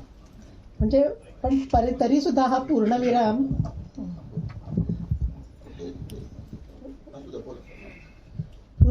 हा अत्यंत महत्त्वाचा असतो, जरी तो पूर्णविराम असला तरीही. तर आज बडोदा येथील 91व्या अखिल भारतीय साहित्य संमेलनाचे अध्यक्ष माननीय श्री लक्ष्मीकांत देशमुख हे श्री लक्ष्मीकांत रांजणे यांचा कथासंग्रह मैना आणि एक होती बहिरेवाडी या कादंबरीच्या प्रकाशन सोहळ्याला लाभले. हा खरं तर मोठा सन्मान या पुस्तकांचा झालेला आहे. मैनाची प्रस्तावना आणि दोन्ही कथांचे थोडक्यात रसग्रहणच त्यांनी आता आपल्याला केलेलं आहे. म्हणजे पुस्तकामध्ये काय आहे ते आपल्याला कळलेलं आहे, तर त्यामुळे सगळेजण हे पुस्तक घेतीलच निश्चितपणे. नावाजलेल्या साहित्यकांनी प्रकाशन करणे आणि त्यावर आपली प्रतिक्रिया देणे हेच खूप मोठं खरं तर भाग्य आहे, आणि ते भाग्य रांजण्यांना लाभलेलं आहे. आज इथे असलेल्या सर्व साहित्यकांना देशमुख सरांना ऐकताना खूपच आनंद झाला आहे, कारण त्यांचं मार्गदर्शन अत्यंत उत्तम होतं आणि ते आपण अनुकरण करावं त्याचं असंही होतं. हे मला खरं तर देशमुख सरांना ऐकताना खूपच आनंद मला झाला. हे मला त्यांच्या चेहऱ्यावरून कळत आहे, कारण की अत्यंत सुंदर शब्दफुलात त्यांचे बोल कानात साठवताना त्यांची शब्दफुलं मी ओंजळीत घेतली. ओंजळीतून सांडू नयेत म्हणून हृदयी बसवली, आणि हृदयी बसवता बसवता मी ती अंतरी रुतली, आणि रूप त्यांनी कवितेचं घेऊन ती बहरली, आणि शब्दफुला पुष्पातच ती नतमस्तकही झाली. परिणाम साहित्यिक तयार झाले. तर सर, तुम्ही इतक्या वेळात वेळ काढून इथे आलात. खरं तर खूप व्यस्त असणार त्यांचं पूर्ण त्यांची रोजची कामाची पद्धत, आणि ते ज्या पोस्टवरती काम करतात हे सगळं पाहता अत्यंत वेळात वेळ काढून त्यांनी आलेले आहेत. त्यासाठी आम्ही ऋणी आहोत. आम्ही आपले देतो शब्द सुमनांचा उपहार. आपला मौल्यवान वेळ दिलात आम्हासाठी. आता मानते आपले मनापासून आभार. तसंच वाचन आणि लेखनाचा छंद जोपासणारे मुक्त लेखक आणि पोलीस अधीक्षक असलेले आजच्या कार्यक्रमाचे अध्यक्ष माननीय श्री मितेशजी गट्टे यांचेही मी मनापासून आभार मानते. एक त्यांनी गोष्ट सांगितलेली मला खूप आवडली. आत्ताच ते बोलले की प्रत्येकाने वाचलं पाहिजे. जो वाचत नाही तो फक्त स्वतःपुरता जगतो, आणि वाचतो तो अनेक जीवन जगतो. कारण प्रत्येकाच्या जीवनातल्या प्रत्येक घडामोडी तो अनुभवत जातो, आणि त्याच्यासमोर त्याला आपलं जीवन अगदीच तुच्छ वाटायला लागतं. जसं आपण नेहमी म्हणतो की आपण नेहमी आपल्यापेक्षा खालच्या लोकांच्याकडे बघितलं पाहिजे. वरती नाही बघायचं, खाली बघायचं. अरे त्याच्याकडे किती दुःख आहे, मग मी किती सुखी आहे, ही भावना तेव्हाच आपल्या मनामध्ये येते. आणि त्यांच्या या शब्दातून मला फार आवडलं हे शब्द त्यांचे. तर तुम्ही वेळात वेळ करून सर आलात, त्यांचे मी मनापासून आपले आभार मानते. तर तसंच आपल्या खास शैलीत धीर गंभीर आवाजात ज्यांनी कादंबरीचे पान प्रभावीपणे वाचले ते ज्येष्ठ रंगकर्मी श्री दीपकजी रेगे यांचेही मी मनापासून आभार मानते. आपल्या मधुर आवाजात कथेचे पान वाचले त्या ज्येष्ठ अभिनेत्री, लेखिका आणि टीव्ही स्टार सौ मधुरा टापरे अगरकर यांना मी मनापासून धन्यवाद देते. स्नोची बाटली ही कथा डोळ्यासमोर उभी केलीत. खूप छान वाटलं आणि ती जी कथा मला वाटतं की अगदी 16 वर्षातच लिहिलेली असावी, बहुतेक 20-21 वर्षात असं वाटतं. म्हणजे त्या कथेकडे बघून प्रत्येकाच्या आयुष्यामध्ये काही ना काही घडलेलं असतं. सॉरी हा बहिणी, पण म्हणजे असं काहीतरी होत असतं आणि मग तेव्हा ते असं काहीतरी सुचतं. पण असेल कदाचित, माहिती नाही. पण अप्रतिम तुम्ही जे समोर उभी केली ते मात्र अप्रतिम होतं. तसंच रेगेजी तुमची कथा होती, फारच सुंदर तुम्ही वाचन केलं त्याचं. अप्रतिम आणि आवाज अप्रतिम होता. म्हणजे मला अमिताभ बच्चनच्या आवाजाशी तुलना करावीशी वाटली तुमच्या आवाजाची. ही कादंबरी वाचणार आहेत सगळे. हो ना, नक्की आम्ही ऐकू. पण वाचनाचाही आनंद आम्हाला घेतलाच पाहिजे, त्याच्यामुळे वाचूही नक्कीच. तसंच आता मला रावा प्रकाशन कोल्हापूरचे जे श्री राहुल प्रताप कुलकर्णी आहे की ज्यांनी याचं प्रकाशन केलेलं आहे त्यांचे मी मनापासून आभार मानते. अनेक जरी प्रकाशकांनी नाकारली आम्ही नाही म्हणजे प्रकाशित करणार, पण आमचं कोल्हापूर आहे ते सगळ्यांना आपलंसं करतं. मानधन दिलं मला. मग बघा, म्हणून मी म्हटलं ते माझं कोल्हापूर आहे, कारण मी कोल्हापूरची आहे. कारण सगळ्यांना आपलंसं करायची आम्हाला सवय आहे, म्हणून ते कोल्हापूर आहे. तर it's a joke of part, तसं नाही. तर आणि श्री राजेश भोज आपल्या मित्राच्या कार्यक्रमाचे जे निवेदक आहेत, आज आपले वाईचे आलेले निवेदन करण्यासाठी ते खास वाईहून आले आहेत बरं का. मराठीचे अध्यापक आहेत, उत्तम निवेदक आहेत, कवी आहेत, लेखक आहेत. हे सगळं त्यांच्या ओघवत्या भाषेत केलेल्या निवेदन मधूनच त्याच्यातून आपल्याला कळलंच असेल की त्यांचं निवेदन किती सुंदर होतं. त्यासाठी त्यांचेही मी खूप खूप आभार मानते. तसेच आज आलेले या कार्यक्रमाला उपस्थित असलेले एकपात्री कलाकार परिषदेचे अनेक पदाधिकारी आणि सभासद इथे उपस्थित आहेत. त्या सर्वांचे मनापासून आभार. नेहरू फुले कला अकादमीचे अनेक पदाधिकारी आणि सभासद उपस्थित आहेत, त्यांचेही खूप खूप आभार. तसंच सवंगडी ज्येष्ठ नागरिक संघटनेचे पदाधिकारी आणि सभासद इथे उपस्थित आहेत. सवंगडी हे आमचे सवंगडीच आहेत ना, त्यामुळे सगळे सवंगडी आमचे भरपूर त्या हजर आहेत आणि त्याचा मला अभिमान आहे. आणि त्या सवंगडी संघाचे सुद्धा सगळ्यांचे खूप खूप आभार.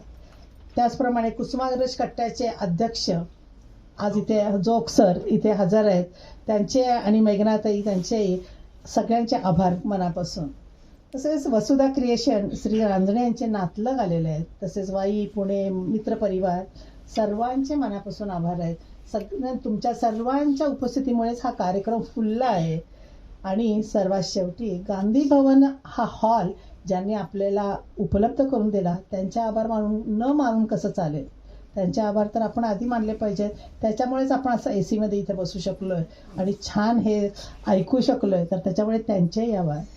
आता जाता जाता मला एकच 4 ओळी मी फक्त रांजणे सरांसाठी बोलणार आहे. म्हणजे घे भरारी उंच नभी तू, घे भरारी उंच नभी तू, sky is the limit for you. चालू ते लेखणी अवरीत तुझी, चालू ते लेखणी अवरीत तुझी. We all are proud of you, we all are proud of you. धन्यवाद. नीनादेवी देसाई यांनाही मी मनपूर्वक धन्यवाद देतो. आणि ज्या 2 ओळींनी मी सुरुवात केली होती त्यानंच शेवट करतो, म्हणजे ही माला पूर्ण होईल. आणि या कार्यक्रमाने जे सिद्धच केलेलं आहे, विद्या उद्यम कला संस्कृती येथे न काही उणे, विद्या उद्यम कला संस्कृती येथे न काही उणे, उभ्या भारताभूषण व्हावे असे आपुले पुणे, उभ्या भारताभूषण व्हावे असे आपुले पुणे. धन्यवाद. नीना देवींचा सत्कार सन्मान्य लक्ष्मीकांत देशमुख यांनी करावा अशी विनंती.